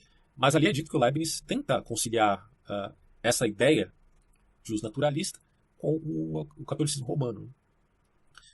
Vamos aqui agora ao subtítulo Iluminismo e Cosmopolitismo. Quais são as relações entre as primeiras afirmações do iluminismo e cosmopolitismo? Bom, seria difícil definir. Em termos puramente doutrinais, um comportamento que se achava presente e difundido como referência, como clima de opinião, como sentimento, como realidade mental feita mais de um acervo de intuições que de um raciocínio facilmente distinguível. Então você tinha um sentimento cosmopolita, mas isso estava deflagrado num ideal claro de como estabelecer essa ordem no mundo? Não necessariamente. Aí ele diz, é claro que a tensão ideal, que chegava até a rejeição das instituições políticas nacionais e locais, quando estas entravam em conflito com a razão ou com a consciência do indivíduo, não só não se pode traduzir facilmente em doutrina, como possui graus e matizes diversos. Na fase em que os filósofos tentaram um acordo com o absolutismo monárquico para o iluminar, o cosmopolitismo foi mesmo muito acentuado. Torna-se mais significativo, porém, nos momentos de ruptura entre o poder e as cortes iluministas. Vou colocar assim, né, para ficar mais fácil. É típica a opção de Voltaire, ele buscou, pode-se dizer, toda a vida, reconciliar-se ou relacionar-se, melhor, né, relacionar-se com o absolutismo iluminado, desde Luís XV a Frederico II e a Catarina da Rússia. Estas referências, na verdade, indicam como o centro dos seus interesses eram não a pátria, mas o poder, que ele queria usar racionalmente. Quer fosse exercido na França, na Prússia, na Rússia, em Genebra ou qualquer outro lugar. Mas detalhe, Voltaire não quis estar a serviço do despotismo iluminado. Não. Ele queria, na verdade, esclarecer estes que eram os reis e príncipes. Até dito aqui, mesmo quando o escolheu como interlocutor, né, ou seja, de refletir esse intento com aqueles que exerciam autoridade. A própria permanência nos confins da França, mas em território suíço, demonstra sua determinação em travar as próprias batalhas sem se identificar com uma pátria. Aí você tem os iluministas aqui. Voltaire, em oposição a Rousseau, que outrora admitira conceitos similares, tentou desmistificar, ou melhor, mostrar os limites do amor à pátria. Rousseau ele foi meio cambaleante, né, nesse quesito, mas há certa admissão também nele. Mas o Voltaire ele declara que é triste que muitas vezes, para ser bom patriota, seja necessário tornar-se inimigo do resto dos homens. Citando o exemplo de Catão, mostra como ser bom patriota significa desejar que a própria cidade se enriqueça com o comércio e se torne poderosa por meio das armas. Mas é claro que um país não pode ganhar se o outro não perde. Não se pode vencer sem aumentar os infelizes. É tal a condição humana que desejar a grandeza do próprio país é desejar o mal dos vizinhos, conclui Voltaire. Eu coloco aqui de modo exagerado, mas refletindo na época dele. Tá? Lembremos que Voltaire não está vivendo as democracias liberais do final da segunda metade do século XX. Ele está vivendo a época dele e o que ele percebia era isso. O homem que desejasse que a sua pátria não fosse nem a maior, nem a menor, nem a mais rica, nem a mais pobre, seria um cidadão do mundo. Voltaire é o típico torcedor que não comemora o gol de seu país, né, no caso seria a França numa Copa do Mundo. Imaginem Voltaire aqui. Aliás, se houver um cosmopolitismo no sentido negativo, como vê a direita, pode ter certeza que a Copa do Mundo vai ficar bem chata, né? Porque serão os times vermelhos, azuis, brancos, pretos, não vai ter mais nação nenhuma, né? Aqui você tem o Voltaire, o cosmopolita francês do iluminismo, deísta, né? Fato é que a politique dos filósofos já havia sido avaliada em acontecimentos internacionais, como a Guerra dos 7 Anos, que inclusive é citado no Fórum de Davos, certo? A divisão da Polônia e a Revolução Americana, etc. O cosmopolitismo se acentuaria à medida que eles iam perdendo as ilusões de uma política de reforma dos absolutismos iluminados. O corolário importante do cosmopolitismo iluminístico é a opção que matura, por exemplo, em torno da história filosófica e política das duas Índias, em François Renan. Eu coloquei até uma colinha aqui para pronunciar o nome do sujeito, porque tá difícil. Pelo combate à escravatura e o colonialismo, influenciando o círculo de intelectuais da época com a colaboração de Diderot. de derrota também teve um papel muito fundamental nesse período. Na Itália, a maçonaria, particularmente viva e organizada em Florença, Nápoles e Roma, também contribuiu para o ideal cosmopolita. O cosmopolitismo era uma arma no campo, ou melhor, no combate, à opressiva herança da Contra-Reforma Católica. E a maçonaria ela é muito ambígua, ela tem um lado bom e um lado ruim, um lado bom nos períodos de perseguição e um lado ruim nos períodos de democracia liberal. O que eu quero dizer com isso? Grupos secretos em tempos de opressão, ditadura, perseguição, são importantes, certo? Porque eles permitem que as pessoas consigam se expressar sem estarem na sombra dos seus perseguidores. Mas em tempos de liberdade e de democracia liberal, aí eles são covardes, como eu já coloquei aqui a respeito do Clube Bilderberg. Em vista de fazerem as suas reuniões discretas, entre aspas, mas na verdade secretas, eles manipulam ações que se tornam posteriormente visíveis na política externa. Né? Então, essa questão tem que ficar bem clara aqui. A maçonaria teve a sua importância, de um lado, boa, e de outro lado, ruim. Certo? Porque em todo o tempo sempre existiu as religiões públicas e as religiões de cunho discreto ou secreto. E elas têm grande influência nos acontecimentos históricos, tá? Não se iluda. Bom, eu vou falar um pouquinho da Revolução Francesa e os ideais nacionais da La Grande Nation. Os ideais da Revolução Francesa, liberdade, fraternidade e igualdade, são evidentemente cosmopolitas, tá? A progressiva expansão dessas ideias e sua política cultural e a admissão dos direitos humanos provocaram, por antítese e ironia, o fortalecimento do patriotismo, que se via estruturado, ou que se vinha estruturando, desde a segunda metade do século XVIII. É bem irônico isso, né? Um ideal cosmopolita acaba fortalecendo um sentimento patriota. Isso ocorre principalmente na Alemanha, na Itália, na Suíça e na Austrália, ou melhor, Áustria. Os próprios ideais cosmopolitas se estavam transformando. Os antigos membros das lojas maçônicas na Itália, por exemplo, acabaram por se reencontrar nas primeiras seitas secretas maçônicas, agora de cunho patriótico. Curioso, né? Mas o italiano Filippo Buonarroti quis ser a protagonista de todos os movimentos revolucionários dos primeiros 30 anos do século XIX, liga uma época a outra e mostra como existe um vínculo. Vejam vocês, senhores, um vínculo, mesmo físico, entre o cosmopolitismo e o primeiro internacionalismo revolucionário. Aqui, em Buonarroti, nós já percebemos essa aliança desses pensamentos. Revolução Francesa. Falemos um pouco agora sobre o conceito de nação e a crise do cosmopolitismo na Alemanha. Em seu ensaio de 1795, Paz Perpétua, um esboço filosófico, Immanuel Kant encena um certo direito cosmopolita como um princípio orientador para ajudar a sociedade global a alcançar uma paz permanente e duradoura. O direito cosmopolita de Kant deriva de uma compreensão de todos os seres humanos como membros iguais de uma comunidade universal. Que, claro, se baseia naquela ideia moral kantiana, na metafísica dos costumes, de imperativos categóricos. Né? O direito cosmopolita, portanto, trabalha em conjunto com os direitos políticos internacionais e o direito universal compartilhado da humanidade. E se Kant, depois da Revolução Francesa, podia proclamar a sua fé de antigo observador, considerando o cosmopolitismo como uma tendência natural e necessária da humanidade, os primeiros românticos, que já o posterior ao iluminismo, tendiam mais facilmente a transformar, veja que interessante, a transformar os ideais cosmopolitas em uma espécie de universalismo religioso, né? Onde as individualidades nacionais desempenhavam um papel preponderante. Foi assim que na primeira cultura romântica, como aliás Herder já havia instituído, se dava maior valor aos momentos em que predominaram personagens heróicos, época dos patriarcas ou época medieval, e tendências universalistas. Os românticos, então, eles privilegiam o cosmopolitismo, mas de uma maneira muito particular aqui, diferente dos iluministas, tá? Então tudo isso é passível de grande reflexão, faz a gente pensar muito.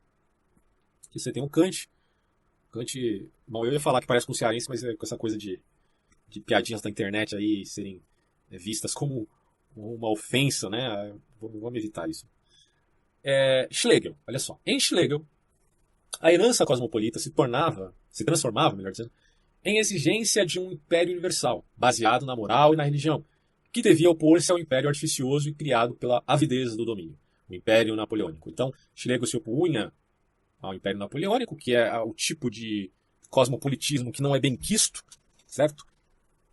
Aqueles que se dizem aí apolíticos. Mas, a bem da verdade, Schlegel admitia ideais da Santa Aliança. O que era a Santa Aliança? Eu peguei uma colinha aqui, ó. A Santa Aliança, também chamada de Grande Aliança, foi uma coalizão que unia as grandes potências monarquistas da Áustria, Prússia e Rússia, e foi criado após a derrota final de Napoleão, a mando do imperador czar Alexander I da Rússia, e assinado em Paris em 26 de setembro de 1815. Note isto. O intento cosmopolita da Revolução Francesa era acabar com o absolutismo dos monarcas, ok? Revolução dos burgueses. Isso terminou como? Com o Império Napoleônico. E assim dizem os críticos. Se há um intento cosmopolita que seja de boa intenção, e que de fato deve existir mesmo, tudo bem, ele vai ali fazer sua guerra cultural, porque hoje não se guerreia mais como se fazia cortando cabeças na guilhotina, certo? E no fundo, o que vai surgir desta guerra cultural, que destrói os valores do Ocidente, é o Império de um novo Napoleão. Né? Assim como ocorreu na França, ocorrerá também na pós-modernidade. Essa é uma crítica que eu acho que tem o seu valor, vocês não acham? É uma questão a se refletir aí. Mas continuando. Sobre Schlegel, o império como uma constituição baseada na clara distinção das castas e a hierarquia respondem à dupla exigência da divisão e da união das nações. Em Fichte se vê claramente o propósito de conciliar os dois termos, cosmopolitismo e patriotismo. Se vocês quiserem saber mais sobre Fichte, Schelling e Hegel, eu fiz um vídeo aí sobre romantismo recentemente, tá? Então deixei em podcast também o Renascimento, o Iluminismo e o Romantismo, onde eu falo dos três ali abordando mais profundamente do ponto de vista filosófico. Né? Bem interessante. Então Fichte ele admitia uma conciliação, é mais ou menos o que eu penso também. Eu acho que cosmopolitismo e patriotismo são sentimentos legítimos e eles podem ser conciliados. E a ideia do Fichte era essa, né? Com predomínio, claro, no segundo Fichte. Sobretudo desde 1807. Embora o filósofo tivesse sempre polemizado contra os ideais reacionários e catolicizantes de um universalismo como o de Novalis e de Schlegel. Então Fichte tinha essa faceta também de ser contra ideais muito reacionários. É bem interessante isso. Posteriormente surgem duas concepções do Estado que dominaram a cultura alemã e europeia até o século XX. A concepção liberal e a romântica conservadora, mais revolucionária. Esse ponto é interessante. De um lado é conservador, mas também tem caráter revolucionário. Isso eu explico na minha série sobre as raízes da extrema-direita. Se vocês quiserem entender isso melhor, assista essa série. Eu não vou ficar aqui especificando todos os detalhes de cada um desses conceitos. Aliás, sobre Fichte, tá? Eu não concordo com as ideias do Fichte. Eu só estou admitindo uma particularidade dessa síntese entre cosmopolitismo e patriotismo, parece interessante. Aqui você tem os autores já citados, né? Kant, Hegel, Schelling, etc. A herança do internacionalismo socialista, vamos lá. Como se sabe, o século XX, ou melhor, o século XIX, definido muitas vezes pelos historiadores como o século dos nacionalismos, viu mergulhar em estranha crise os ideais cosmopolitas. Então, quer dizer, no século XVIII você tem o iluminismo, você tem pensadores cosmopolitas. No século XIX, tudo isso se enfraquece profundamente. Desde a segunda metade, sobretudo, isso equivale para os grandes países da Europa. Há um processo de robustecimento das estruturas econômicas e a formação de um Estado industrial que tem necessidade de um mercado nacional e, portanto, se fortalece os nacionalismos. Em um processo assim, em uma cultura que reflete principalmente as preocupações da unificação nacional, não há muito lugar para as ideias internacionalistas e universalistas, que não conservem vestígios confusos da Santa Aliança, como citado antes. Mas o Estado industrial moderno não favorece apenas a hegemonia e o poder da burguesia nacional.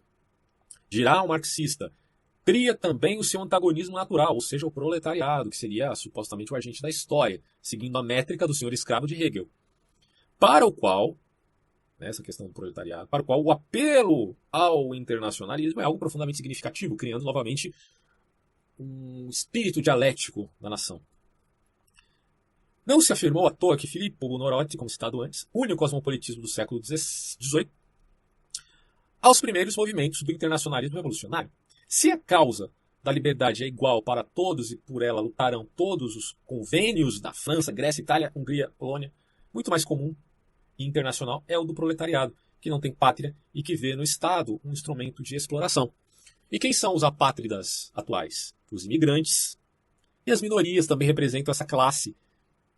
Podemos colocar aqui o lumpen proletariado, que vai muito além das minorias, evidentemente, né? Mas os grupos heterotópicos, numa linguagem Foucaultiana, acho que seria adequado aqui. representam um novo proletariado, os supostos novos agentes da história. Acontece que, para mim, o agente da história sempre foi aquele que teve força moral. Tá? Por exemplo, você acha que o agente da história é pura e simplesmente os movimentos negros ou Martin Luther King? Para mim, Martin Luther King tem força moral e tem personalidade voraz, é quem foi o verdadeiro agente da história, e não os grupelhos, tá? Que radicalizavam aqui e acolá, algumas vezes com razão, outras vezes sem razão. Mahatma Gandhi, ele tem força moral, representou, portanto, um agente da história real. Tá? Então, pensar essa coisa de agente da história nessa métrica pobre do marxismo me parece já um erro, tá? De concreção. Porque o agente da história é sempre aquele que tem força personal, uma personalidade forte, e ao mesmo tempo força moral. Não no sentido de moralismo, mas de pontualidade em questões específicas da luta por justiça. Aliás, o cristianismo sempre pregou isso, né? O que santifica o homem, dentre tantas coisas como amor, fidelidade, é também a sede de justiça. Se o cara tem sede de justiça, ele está se tornando uma pessoa separável daquele comodismo inebriante e vergonhoso das pessoas, vamos dizer assim, entre aspas, moderadas. Né? Então esse elemento é fundamental para a gente entender que o verdadeiro agente da história se faz com isto, com sede de justiça. Agora, se a justiça se torna vingança, e por sua vez ressentimento, como é que eles serão, de fato, agentes históricos? Não, eles são uma ação de manobra. Agente histórico é uma ova. Há quem diga também, de um modo pessimista, que os agentes históricos são os governos suprapolíticos, ou aqueles que fazem parte de aristocracias ocultadas pela mídia, né? Ou aristocracias que têm, vamos dizer assim, o poder econômico nas mãos, banqueiros e filantropos, e pessoas que façam parte de clubes, como o Clube Bilderberg, por exemplo. Bom, esses é que seriam os verdadeiros agentes da história. De fato, eles tentam mover a história de algum modo. Mas eles não podem lidar com figuras tão fervorosas como o Martin Luther King da vida. Eu duvido, sinceramente. Fica a reflexão, né? A imagem dos revolucionários. Falamos de cosmopolitismo contemporâneo agora. Recentemente, Jacques Derrida, numa entrevista em 1997, resumiu o cosmopolitismo da seguinte forma. Existe uma tradição de cosmopolitismo, é que a gente acabou de ver agora, né? E se tivéssemos tempo, aqui teve tempo, Derrida, a gente conseguiu ver isso agora. É claro que é muito mais do que eu falei aqui, mas o esboço acho que foi propício. Poderíamos estudar essa tradição, blá blá blá, que nos vem, por um lado, do pensamento grego, com os estoicos, que tem um conceito de cidadão do mundo. Temos também o apóstolo Paulo, na tradição cristã, com um certo apelo a um cidadão do mundo sendo precisamente um irmão. Mas, de novo, né, ele não faz essa diferença, mas eu faço. O cristianismo admite esta irmandade, sim, todos criaturas de Deus, do ponto soteriológico um pouquinho mais complexo, vocês sabem, mas não é necessariamente cidadão do mundo, tá? É mais peregrino no mundo. Eu acho que é um pouquinho diferente, né? Vocês concordam? Então, há, de certo modo, um cosmopolitismo mesmo. Eu concordo com Derrida, mas também há aquele elemento fundamental do cristianismo, que é a esperança, que transcende essas coisas, tá? Essa é a ênfase que eu quero dar. Bom, pertencemos, continua Derrida dizendo aqui, pertencemos ao mundo como cidadãos do mundo. E é essa tradição que poderemos seguir até Kant, por exemplo, em cujo conceito de cosmopolitismo encontramos as condições para a hospitalidade. Mas no conceito de cosmopolítico, em Kant, há uma série de condições. Fazendo uma pequena distinção entre cosmopolitismo e cosmopolítico, especificamente.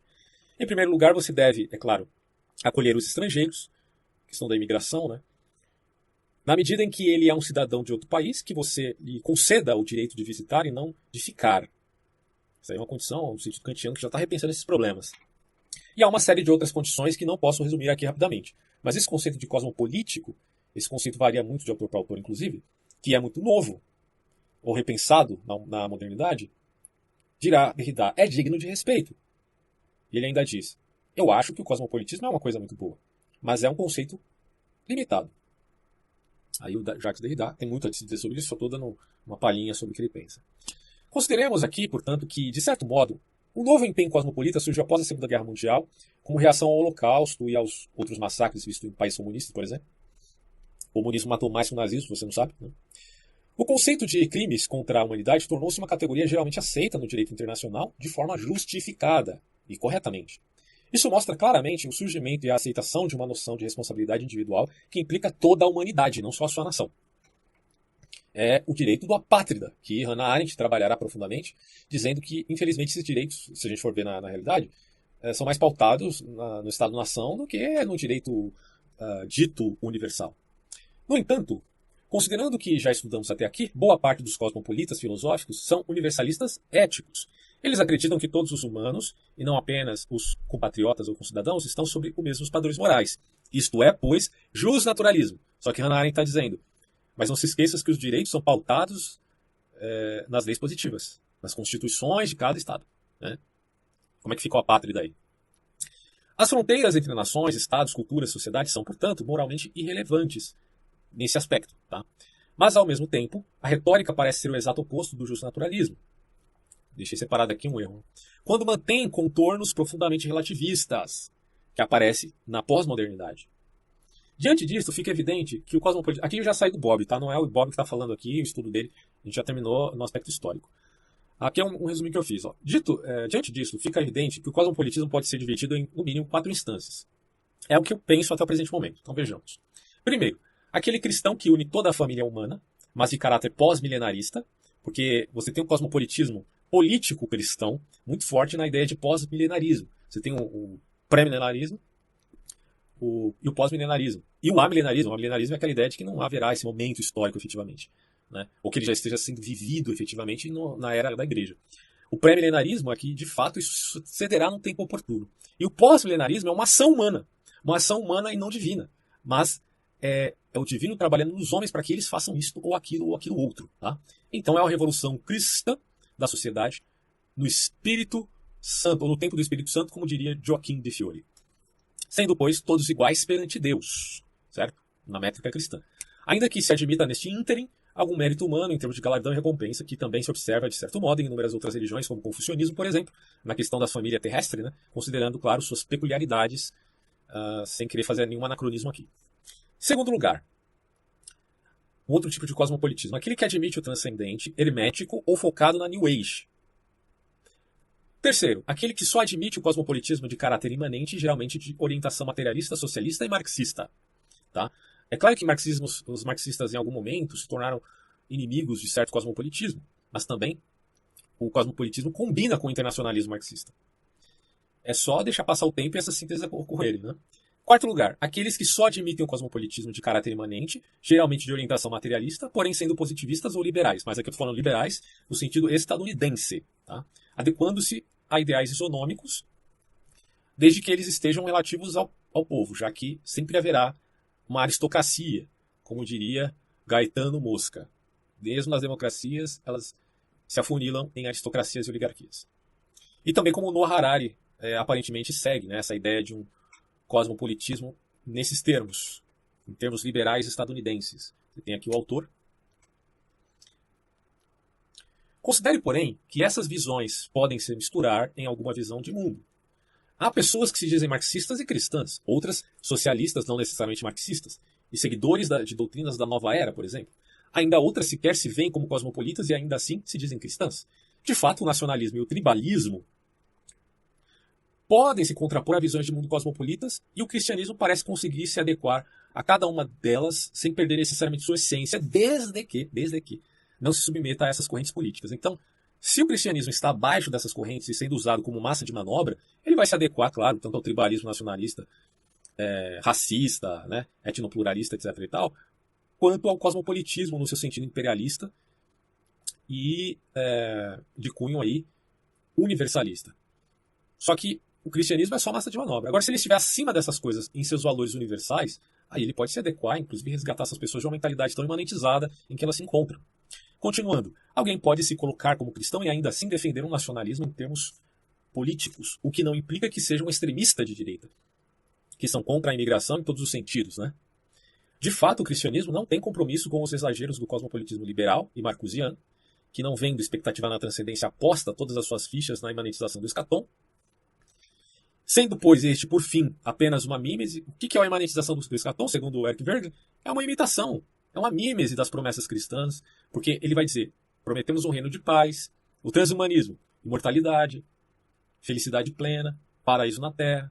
Isso aí é mímese do escatom cristão, que pode se adequar na ideia de um pós-milenarismo, veja.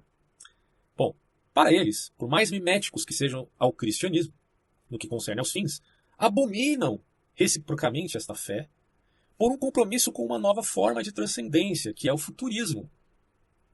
Porque agora, para a imanentização do escatom, a transcendência não é a transcendência propriamente dita, que é a eternidade, mas sim o futuro.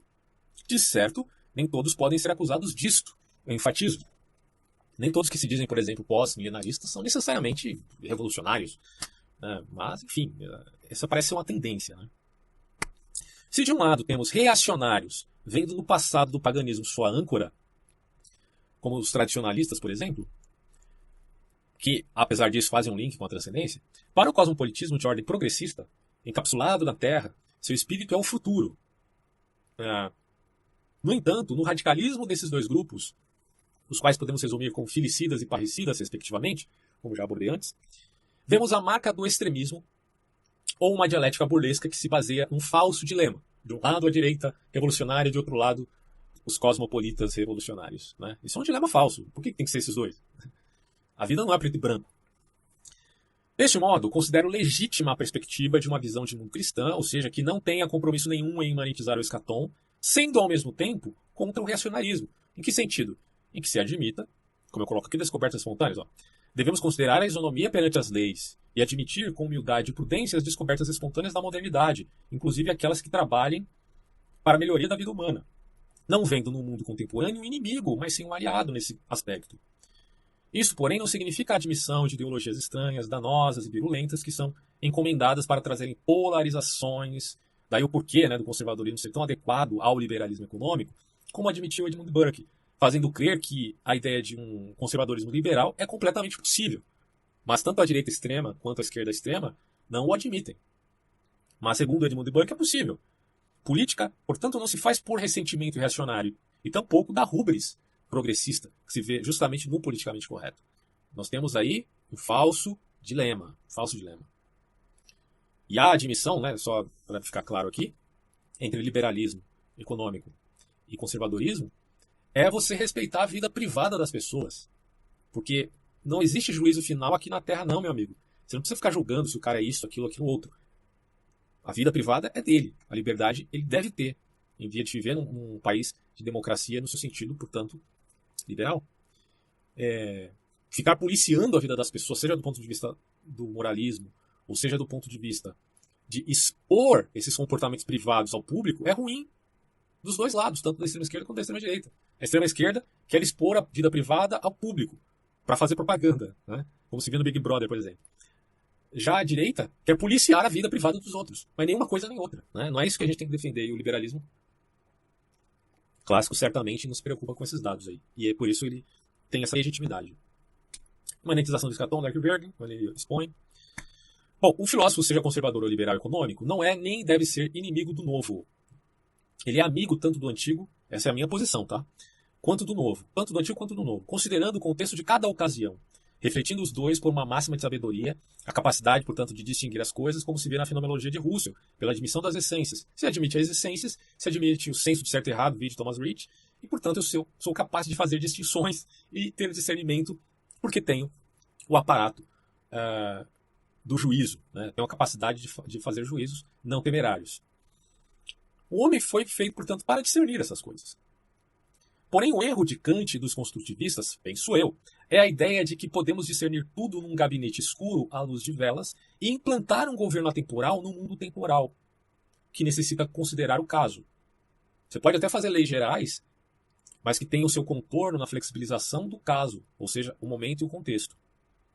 Mas leis muito específicas, elas acabam aprisionando a liberdade do sujeito e podem se tornar inúteis, como o próprio Montesquieu já tinha percebido. Daí nossa capacidade de distinguir e discernir nos convence do fato de que não somos todos relativistas, mas também nos faz perceber nossas limitações para não cairmos na rígida utopia de um império que sempre terminará em distopia, ou seja, num absolutismo. Daí considere que comumente haverá rubris quando a humildade é isolada e o caminhante quer se tornar Deus dos passos dos outros. Todos estamos caminhando, aí o cara quer se tornar o Deus dos seus passos. Existe uma coisa mais perversa do que isso, cara? Não. Assim se vê na visão sintética de certa nova direita, do chamado arqueofuturismo, onde o passado pagão e o futuro despótico se encontram para formar um monstro inigualável. É a revolução do politeísmo. Né? A gente não vive num mundo agnóstico, não, meu amigo. O nosso mundo moderno, pós-moderno, é politeísta, se você não percebeu ainda. Mas é um neopoliteísmo, como eu coloco aqui, ó. É deveras. As quimeras não são seres estranhos em nossos dias onde vigora o neopoliteísmo. Há quem queira criar o próprio Deus. Mas como? Veja. Seguindo o cúmulo da inversão gnóstica. Para os velhos gnósticos do século 3, 2, 3 e 4 depois de Cristo, a serpente não era tão má. A serpente não era tão má como pintada por proto-ortodoxos. Não era a sabedoria criatura, mas criadora, né? Aquela coisa de Sofia. O corpo, no sentido do coração, né? No sentido cristão, o corpo é o coração, não seria uma casa para Deus, mas uma prisão para a alma. Mas de todas essas inversões, nada se compara àquela de nossos dias, a saber, a esperança futurista, veja, de dar fôlego a uma superinteligência artificial que alguém já disse será Deus. Mas do que você está falando? Veja bem. Você tem aqui os livros do Guillaume Fay, Arquifuturismo, tem essa ênfase na sexualidade muito profunda, tanto em Guillaume Fay quanto em Herbert Marcuse, em Arte da Civilização. Então essas semelhanças entre nova direita e nova esquerda, a meu ver, não são muito coincidências, não. Mas é uma dialética que parece se vincular a alguma síntese posterior. Talvez, é uma hipótese minha. Veja só, a teoria crítica do judeu alemão Herbert Marcuse é bem peculiar. Ele rejeitou a teoria da luta de classes e a preocupação marxista com o trabalho. O proletariado não seria mais o agente da história. De acordo com alguns biógrafos, Marcuse argumentou que uma vez que todas as questões da existência material foram resolvidas, os mandamentos e proibições morais não seriam mais relevantes. No entanto, Marcuse também acreditava que o conceito de logos, que envolve a razão de alguém, absorveria o eros com o tempo. Mas da libertação moral, ele não se deu conta que ela, a moral, não se aplica só a questões sexuais, né, como se fosse a única questão do homem. Mas vai muito além disso, em via de falsificar até a realidade, e com isso negando as condições humanas em sua autenticidade, ou seja, negando a dignidade humana. O problema moral, você acha que é só de cunho sexual, meu amigo? É também da própria negação da ética das relações humanas, ao ponto do homem se tornar lobo do próprio homem, como diria Thomas Hobbes. Essa não é a natureza humana, mas é a modificação da natureza humana. Né? Invertamos aqui Thomas Hobbes para chegar à compreensão do que esses caras aqui fazem, não importa se é de direita ou se é de esquerda. Mas o destaque que gostaria de apresentar é que outro proeminente pensador da nova esquerda, Ernest Bloch, eu já falei dele nos meus vídeos sobre o marxismo depois de Marx, é uma série, acreditava que o socialismo provaria ser o meio para todos os seres humanos se tornarem imortais e, por fim, criarem Deus. Quem sabe até vencer a entropia do universo. Tem a referência aqui. Ernest Bloch. Certamente que a morte de Deus apregoada pelo filósofo alemão Friedrich Nietzsche, acabou por catapultar, de certo modo, o kantismo. Ainda que o Nietzsche, em seu niilismo esfomeado, não tivesse esperança nem mesmo no cosmopolitismo, fazendo troça da paz perpétua de seu sisudo compatriota. Já no século XX, as imagens espaciais e a visão do pequeno ponto azul no cosmo traz à tona as reflexões reducionistas de alguns que, na esteira de Carl Sagan, passam a julgar o valor do homem pelo seu tamanho, e não pela qualidade única da espécie de refletir até mesmo o monstruoso cosmos. Eu digo isso porque recentemente eu vi um vídeo de um desenho que passa no Cartoon Network, um desenho de criança, né, um bobinho, onde ele expressa o desespero de um bonequinho lá, um animalzinho que diz, qual é o sentido da vida? Ele grita, né, qual é o sentido da vida?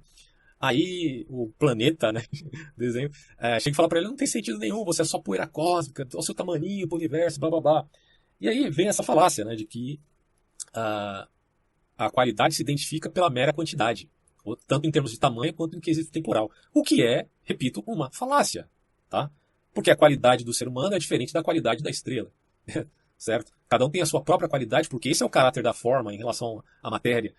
Então, essa ignorância a respeito da filosofia aristotélica faz com que essas pessoas caiam nesse tipo de falácia, onde o tamanho se torna, portanto, um elemento qualitativo. Ou seja, de novo, repito aqui, seguindo a esteira de Carl Sagan e as reflexões deste autor. Mas isto, tanto na religião, veja, quanto no cientificismo, é de fenomenal caráter ambíguo, pois de um lado o homem se vê como Deus, em via de, pelo poderio de armas nucleares, destruir o seu próprio mundo. Por outro lado, ele acaba discursando sentimentalmente a respeito do abismo colossal se vendo uma poeira cósmica. Ora, a fé cristã, do mesmo modo, diz que somos criaturas à semelhança de Deus, mas morremos como os animais, voltando ao pó da terra, que por sua vez é o pó das estrelas. Bom, o intrigante disto é que tanto a fé cristã quanto o cientificismo colocam esse caráter ambíguo do ser humano. De um lado ele é Deus, ou a imagem de Deus.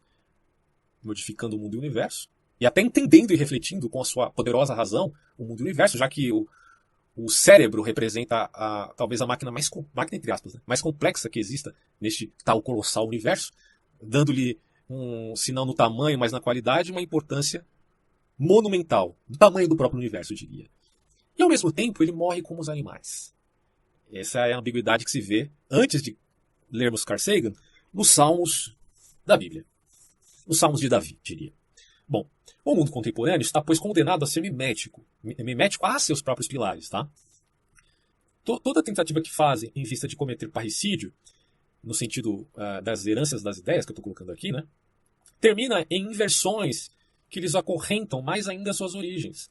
Então você tem o Nietzsche, Carl Sagan, Richard Dawkins, tantos outros, né, como cristãos seculares, salvo o primeiro, né, o Nietzsche não queria ser cristão secular de modo algum, mas o Dawkins e o Sagan, de certo modo, eram. E aí entenda cristãos seculares, eles não eram religiosos, mas eles tinham a moral da sociedade pautada, enfim, nos valores cristãos. Eles também são cristãos invertidos. São pó, entre aspas, e sabem disso. E são deuses, entre aspas, e também sabem disso. Não vem com essa história não, que eu sei que o Carl Sagan já pensou em estourar a Lua com a bomba atômica. Ele desistiu, né? Ainda bem. Mas ele deve ter repensado isso com esse núcleo de um certo governo estadunidense, né? Por aí. Mas precisam inverter essas tradições. Precisam ir negando até reduzir tudo ao absurdo, inclusive a própria existência deles mesmos. E quando chegam nesse ponto, querem exigir com pompa e ferocidade sua autoridade sobre a realidade, com voraz audiência, inclusive. É impressionante. De fato, alguns pensadores argumentam que as condições objetivas e subjetivas que surgem no momento histórico único de hoje, uma fase planetária emergente da civilização, criam um potencial latente para o surgimento de uma identidade cosmopolita como cidadãos globais, tá? Cidadãos globais, aliás. Essas condições objetivas e subjetivas emergentes na fase planetária incluem telecomunicações melhoradas e acessíveis viagens espaciais e as primeiras imagens de nosso frágil planeta flutuando na vastidão do espaço, como abordado antes, mas não tão frágil assim, né? Consideremos. O surgimento do aquecimento global e outras ameaças ecológicas à nossa existência coletiva. Novas instituições globais, como as Nações Unidas, Organização Mundial do Comércio ou Tribunal Penal Internacional. O surgimento de corporações tradicionais, ou melhor, transnacionais, né? E a integração de mercados, frequentemente denominada como globalização econômica. O surgimento de ONGs globais e movimentos sociais transnacionais, como o Fórum Social Mundial, que falaremos daqui a pouco. E assim por diante, né? A questão da ruptura tecnológica por conta da inteligência artificial, que preocupa tanto esses cosmopolitas. Bom, globalização, em termo mais comum, normalmente se refere de forma mais restrita às relações econômicas e comerciais e ignora as transições culturais, sociais, políticas, ambientais, demográficas, de valores e de conhecimento mais amplo que estão ocorrendo. Porém, tudo isso pode ser afunilado num pretexto de um governo político de ordem global. Isso é possível, tá? De se pensar. Inclusive, o crescimento populacional também é um problema repensado por eles. O crescimento populacional, aliás, é um elemento que está nos primeiros tópicos ali dos filantropos. E para evitar o choque de um ideal tão pretensioso, mais uma vez, manifesta-se o mimetismo, seguindo o método, entre aspas, de João Batista. Preparem o caminho do Senhor. No caso deles, estão preparando o caminho antes do empreendimento. E como é que se prepara o caminho? Segundo Gramsci, pela cultura. Um processo de longo prazo. A nova ordem mundial não pode ser para amanhã. E eu não estou dizendo isso, hein? Em uma obra chamada O Planeta, Paul Giroway explora como a construção e naturalização da raça e as hierarquias produzidas pela diferença moldam o ódio dos outros. Já para Judith Butler, é a desconstrução dessas ideologias pautadas em diferenças hierárquicas que pode levar à compaixão e humanização dos outros. Assim, a responsabilidade individual é estar ciente do que ela chama de precariedade da vida em si mesmo e nos outros. Ser cosmopolita parece ser, antes de tudo, um empreendimento social e ético para essa autora. Na verdade, para ambos, né? Porque eles parecem privilegiar certo distanciamento do familiar em vista de favorecer o estranhamento e a alteridade. Favorece a alteridade em detrimento do familiar. Mas não se dão conta do fenômeno de ruptura cognitiva que a gente considera como sendo o choque cultural. Esse choque cultural traz alguns transtornos, porque ele precisa de um tempo de assimilação. Então, assim, querer se abster radicalmente do familiar a favor do diferente, como que negando aquilo que estrutura sua própria identidade, família, pátria, lar, etc., acaba por ser, antes de tudo, uma redução do indivíduo a coisa alguma, Pois se somos tudo de ideologia de gênero, nós não somos coisa nenhuma, né?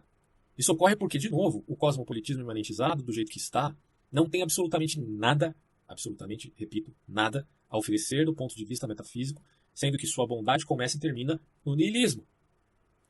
Você imagina, se existisse uma Judith Butler com tamanha fama que influenciasse o povo judeu, na época lá dos Macabeus. Né? Abandone a sua cultura. Essa coisa de patriotismo é besteira. A gente não conheceria a cultura judaica, talvez por historiadores apenas. Né? Então, a meu ver, não faz sentido. Não faz sentido esse dispersar-se de valores patrióticos como se eles não tivessem, como se não fosse um sentimento legítimo. E não só patriótico, né? Familiar e de outras instâncias de proximidade. É claro que a alteridade, e isso vai ser visto daqui a pouco, vejamos. Aqui é a Judith Butler, né? A Ulrich Beck, já é um falecido, né, em 2015. Foi um sociólogo que propôs um novo conceito de teoria crítica cosmopolita, em oposição direta à política tradicional do Estado-nação. A teoria do Estado-nação vê relações de poder apenas entre diferentes atores estatais e exclui uma economia global, ou a subjuga ao modelo do Estado-nação. Então o cosmopolitismo vê a capital global como uma possível ameaça ao Estado-nação e o coloca dentro de um jogo de metapoder em que o capital global, os estados e a sociedade civil são seus jogadores. Olha só que interessante. Para Bach, impor uma única ordem mundial era considerado hegemônico no melhor das hipóteses. Tá? Ele está indo contra o imperialismo do ponto de vista globalista, né, no sentido que a gente costuma falar aqui. Portanto, etnocêntrico, na pior das hipóteses. E aqui vemos que o cosmopolitismo não é sinônimo necessário de globalismo, porém é comum que o pós-modernismo tenha embate com o neo-iluminismo. Porque é no neo-iluminismo que você tem algum desses anseios mais vinculados a um certo imperialismo e não à pluralidade pós-modernista, como demonstra o cosmopolitismo do Ulrich Beck.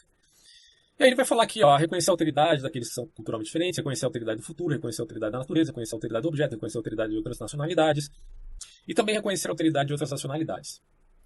Sabe-se lá o que isso significa, pois não seria inusitado que outras nacionalidades não reconhecessem a sua racionalidade e, por assim dizer, necessitasse de uma racionalidade funilada para saber o mérito disto. Parece-me óbvio, né? Se você diz que existem várias nacionalidades e elas não se afunilam em uma, então aquela racionalidade pode ignorar a sua, pelo contexto do raciocínio que ele chegou aqui, entende? No entanto, este deve ser o mero vício wittgensteiniano que se vê neste autor, por certo, deve ter uma perspectiva pós-modernista. E aí teria que se aprofundar mais nele, mas parece ter um caráter de jogo de linguagem aqui. O autor aqui, Ulrich Beck. Vários filósofos, inclusive Emmanuel Levinas, introduziram o conceito de outro. Eu vou pular algumas partes aqui, eu só vou no ponto mais nevrálgico. Destacado aqui, nossa dependência do outro para a formação contínua da linguagem, cultura e identidade significa que somos responsáveis para com o outro e que eles são responsáveis para nós. E que isto é por um imperativo. O imperativo é o reconhecer o outro, é sair da esfera do solipsismo. E nesse ponto eu concordo com Levinas totalmente. A meu ver, está certo disso, dizer isso, porque é necessário sair fora de nós para reconhecer o endereço alheio. Né? O cosmopolitismo, portanto, compartilha alguns aspectos do universalismo invariavelmente, a saber, a noção globalmente aceitável de dignidade humana, que eu sempre defendo aqui. Dignidade humana de todas as etnias, que deve ser protegida e consagrada no direito internacional. No entanto, a teoria se desvia, né, se desvia de modo apavorante quando, pelo relativismo cultural, passa a enfatizar as diferenças entre culturas mundiais mais que as semelhanças. E aí você vê a contradição da imanentização do escatom. São justnaturalistas, mas não são. É isso que eles são. Eles são e não são ao mesmo tempo. Quantificação da filosofia, né, em teores físicos. A formação de um movimento de cidadãos globais levaria ao estabelecimento de instituições globais democráticas, isso na teoria, criando espaço para o discurso e as decisões políticos globais, por sua vez, reforçaria a noção de cidade, ou melhor, cidadania, né? Cidadania em um nível global. Estruturas alinhadas de governança equilibradas em princípio de irredutibilidade e também de subsidiariedade. Olha que interessante esses dois conceitos. O primeiro, irredutibilidade. A noção de que certos problemas só podem ser resolvidos em nível global, como aquecimento global, como a pandemia, como a ruptura tecnológica, etc, etc, etc. E de subsidiariedade, ou seja, a noção de que as decisões devem ser tomadas no nível mais local possível, que é o oposto da irredutibilidade.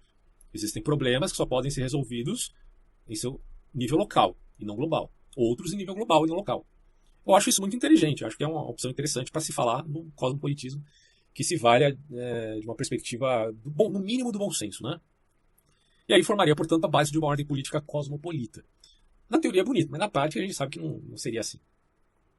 O pensador italiano Daniele Archibugi propõe um modelo renovado de cidadania global, o cosmopolitismo institucional. Vejamos, ele defende algumas reformas na governança global para permitir que os cidadãos do mundo participem mais diretamente da vida política. Várias propostas foram feitas para tornar isso possível. A democracia cosmopolita, por exemplo, sugere o fortalecimento das Nações Unidas e de outras organizações internacionais por meio da criação de uma Assembleia Parlamentar Mundial. Mas, certamente, essas ideias são muito malquistas pelos críticos, e é fundamental sempre enfatizar que o cosmopolitismo tornou-se uma arma retórica usada pelos nacionalistas contra as ideias estrangeiras, que iam contra a tradição. Não é à toa que os judeus europeus eram frequentemente acusados de serem cosmopolitas sem raízes. Tá? E esse é um vício do extremismo da direita europeia, que aparece no novo formato na alt-right americana. Mas, veja que coisa interessante, até mesmo Joseph Stalin, em Moscou, no ano de 1946, se mostrou contra o cosmopolitismo. Olha o que ele diz. Abre aspas. O herói soviético positivo, é claro que essa é uma tradução automática, tá? Então considerem isso. É ridicularizado e inferior diante de todas as coisas estrangeiras. E o cosmopolitismo contra o qual todos nós lutamos desde o tempo de Lenin, característico dos restos políticos, é muitas vezes aplaudido por eles. Na República Alemã, o cosmopolitismo foi caracterizado como ideologia burguesa, imperialista, que rejeita o direito das noções de independência e soberania nacional. O cosmopolitismo promovia o desmantelamento das tradições nacionais e patrióticas e da cultura nacional. Tem um ponto de verdade e um exagero na reação a isto. Então aqui, dizia-se que era defendido pelo imperialismo americano com o objetivo de estabelecer a hegemonia mundial, né, operando no interesse do capitalismo monopolista. Seu oposto não era o nacionalismo burguês chauvinista, mas o patriotismo, métrica populista, amor por sua terra. Na verdade, o populismo estaria mais vinculado ao chauvinismo, né, mas, enfim. O amor pela pátria é considerado um dos sentimentos mais profundos dos trabalhadores expresso na luta contra os conquistadores e opressores. E isso é bem curioso, porque não se diz que o proletariado é sem pátria, mas também o sentimento populista das raízes da sua nação é que trazem força esse proletariado sem pátria. Ok. No século XXI, o epíteto se tornou uma arma usada por Vladimir Putin, na Rússia, e por nacionalistas na Hungria e na Polônia. Nos tempos modernos, Steve Miller, um conselheiro sênior de política do governo Trump, criticou publicamente o repórter da CNN, Jim Acosta, por exibir preconceito cosmopolita durante uma discussão sobre o novo plano de imigração do governo, já que o Trump popularizou a ideia de globalismo, a ideia de cosmopolitismo e de que essas coisas são danosas ao planeta. Alguns dizem até apito do cachorro, né? Bom, aqui você tem a frase do Klaus Schwab. A pandemia representa uma rara, mas estreita janela de oportunidade para refletir, reimaginar e redefinir nosso mundo. E a gente chega à seguinte conclusão aqui, segundo o autor. Crises agudas aumentam a força do Estado, diz o Klaus Schwab, que é o fundador e CEO do Fórum Econômico Mundial. E além disso, ele afirma também categoricamente que o mundo deve enfrentar outras crises, mas esse é um problema global e não de um ou outro Estado-nação. Bem, então qual a conclusão que se tira daí, considerando o seu ideal de Great Reset? Eu tenho um livro dele aqui em casa, ainda vou ler essa desgraça para entender melhor o ponto de vista dele, né? Veja, existe um problema global, não é nacional. As nações se fortalecem, os Estados nacionais se fortalecem em momentos de crise. É evidente. Seja em guerra, seja em pandemia. Se o problema é global e o Estado se fortalece em tempos de guerra e pandemia, e nós estamos vivendo um tempo de pandemia, o que tem que se fortalecer agora é o poder global, político, ou melhor, suprapolítico. E não necessariamente o Estado, porque o problema é global e não nacional. É isso que ele está dizendo. Bom, quando Schwab fala do capitalismo responsável, entre aspas, ele está dizendo que deve haver um controle, seja legislativo de ordem mundial, seja político da mesma monta, provavelmente. Né?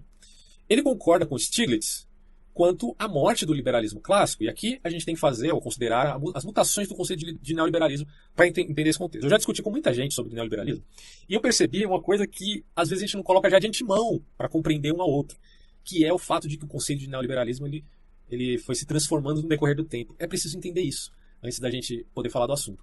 Né? Porque o Schwab está criticando o neoliberalismo, assim como o Stiglitz. Mas que neoliberalismo eles estão questionando, hein?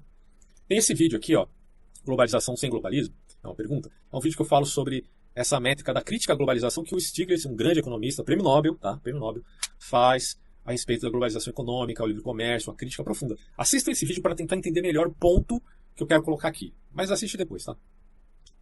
Vamos às mutações do conceito de neoliberalismo para fechar de vez esse vídeo. Primeiro, neoliberalismo é um termo que, especialmente a partir do final dos anos 1980, tem sido empregado em economia política e economia do desenvolvimento, em substituição a outros termos anteriormente utilizados, tais como monetarismo, consenso de Washington ou reforma do mercado. Por exemplo, né? Vários conceitos aí que podem ser substituídos por este. Sobretudo numa perspectiva crítica, para descrever um ressurgimento de ideias derivadas do capitalismo laissez-faire, como ocorre na escola austríaca, que admite esse ressurgimento. Laissez-faire, deixe ir, deixe fazer, deixe agir, a livre iniciativa, apresentadas pelo liberalismo clássico e pela revolução marginalista dos austríacos, e que foram implementadas a partir do início dos anos 1970 e 80. Seus defensores advogam em favor de políticas de liberalização econômica extensas, como as privatizações, austeridade fiscal, desregulamentação, livre comércio e o corte de despesas governamentais a fim de reforçar o papel do setor privado na economia. Tá? Bom, então, a economia ela tem que ter uma liberdade, ela não pode ser sufocada pelo Estado. Só que daí surge uma segunda etapa aqui do conceito de neoliberalismo. Na década de 30, neoliberalismo tratava-se de uma doutrina econômica que emergiu entre acadêmicos liberais europeus e que tentava definir uma denominada terceira via, capaz de resolver o conflito entre o liberalismo clássico e a economia planificada coletivista. Mises, Hayek, Weber e tantos outros diziam: não, economia planificada não funciona, é economia irracional. Mises prova isso de A mais B, né, dizendo que há necessidade de mercado e concorrência para a economia racional, para controle de preços, que o preço não pode ser artificializado, mas é espontâneo de acordo com o mercado.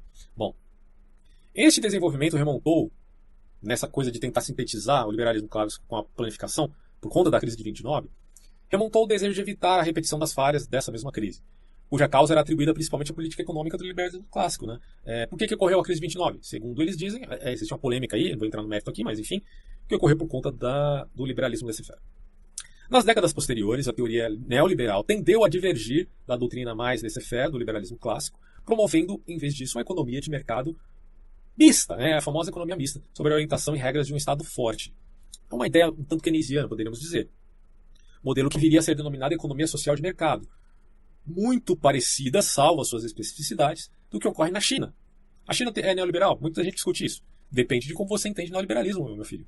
Porque se for um neoliberalismo no sentido de uma economia mista, é evidente. Porque ali o governo unipartidário da China engorda. Engorda por conta de sua rica economia mista. Tá? É um tipo de fascismo, se nós formos ver aqui. E, aliás, a China parece ser um modelo a essa ideia de globalismo, se considerarmos que globalismo seja uma intenção factual, e eu acredito que seja de fato. Né? Mas, enfim, o termo globalista, repito aqui, é muito complicado porque muita gente entende de várias formas, conceito, né? Enfim. Terceiro. Só que aí muda de novo o conceito do neoliberalismo. Olha só, na década de 1960, o uso do termo neoliberal entrou em acentuado declínio. Mas quando foi reintroduzido na década de 1980, o seu significado tinha se alterado e passou a ser associado às reformas econômicas implementadas no Chile nos anos de 1970, durante a ditadura de Augusto Pinochet, que contou com a colaboração do Hayek e dos Chicago Boys. Né? O Friedman também esteve envolvido. Então, nesse período, a palavra não apenas adquiriu uma conotação negativa diante dos críticos da reforma do mercado, como também havia mudado de significação, deixando de ser considerado como uma forma moderada de liberalismo para ser entendida agora como um conjunto de ideias mais radicalmente favoráveis ao capitalismo laissez-faire, distinto do que ocorre na China. Salvo as suas especificidades. Bom, assim, uma vez estabelecido o novo significado da palavra entre os acadêmicos de língua espanhola, este difundiu-se para a literatura de economia política, em linguagem inglesa, associando-se ao conjunto de políticas econômicas introduzidas por Augusto Pinochet no Chile, Margaret Thatcher no Reino Unido e Ronald Reagan nos Estados Unidos. A mudança no consenso que ocorreu durante as décadas de 1970 e 80 em prol das teorias econômicas e políticas neoliberais é considerada por alguns estudiosos como sendo de raiz da financeirização, ou seja, capitalismo financeiro, porque os bancos participam ativamente na atividade econômica, emprestando dinheiro às empresas ou investindo diretamente, mas com caráter também intervencionista, já que os estados intervêm para restringir o poder dos monopólios, no sentido que você vê de algum modo na escola de Chicago, mas também com preeminência nessa ideia de economia mista, né? E Thaís supõe da economia, esta culminaria, por conta do neoliberalismo nesses moldes, na crise de 2008. O que há também um monte de controvérsia, o debate entre economistas é bem complexo. Bom, mas se Hayek perdeu essa batalha, supostamente, pelo menos no sentido do mainstream, isso implica que regulamentações serão... Porque você entendeu aqui, né? Uma coisa é o Stiglitz, outra coisa é o Hayek. Uma coisa é o Keynes. O Hayek e Keynes brigaram, né? Tem o debate. Isso implica que regulamentações serão vistas em todos os setores. Daí, não é surpresa que a pauta do Vale do Silício... Não sei se você entendeu esse ponto.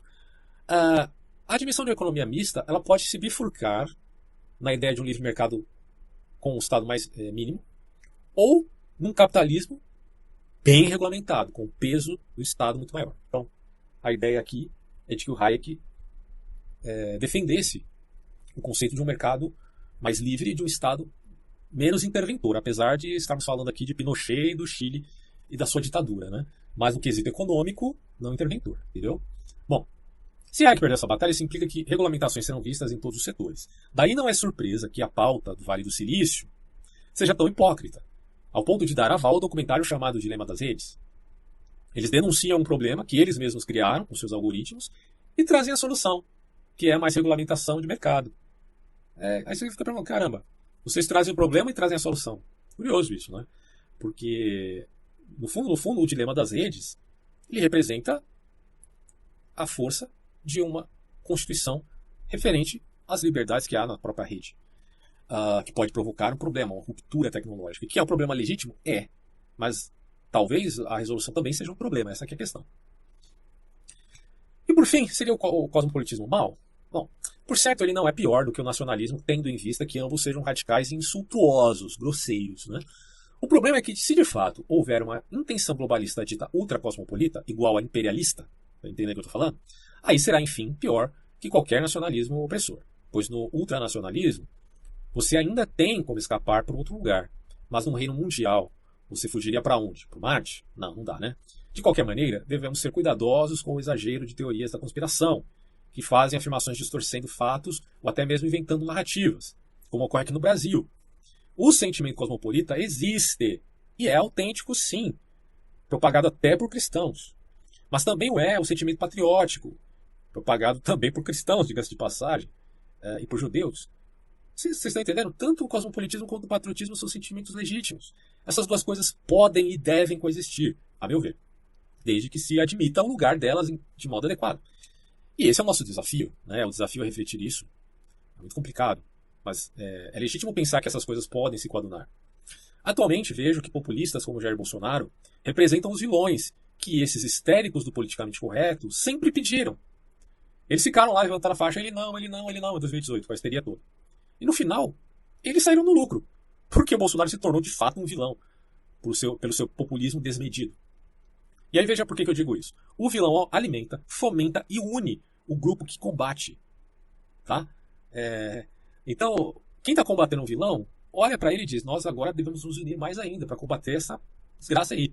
Bom, muitos movimentos sociais minoritários, como sabemos, são sim massa de manobra. É um tema para outro vídeo isso aqui, mas enfim.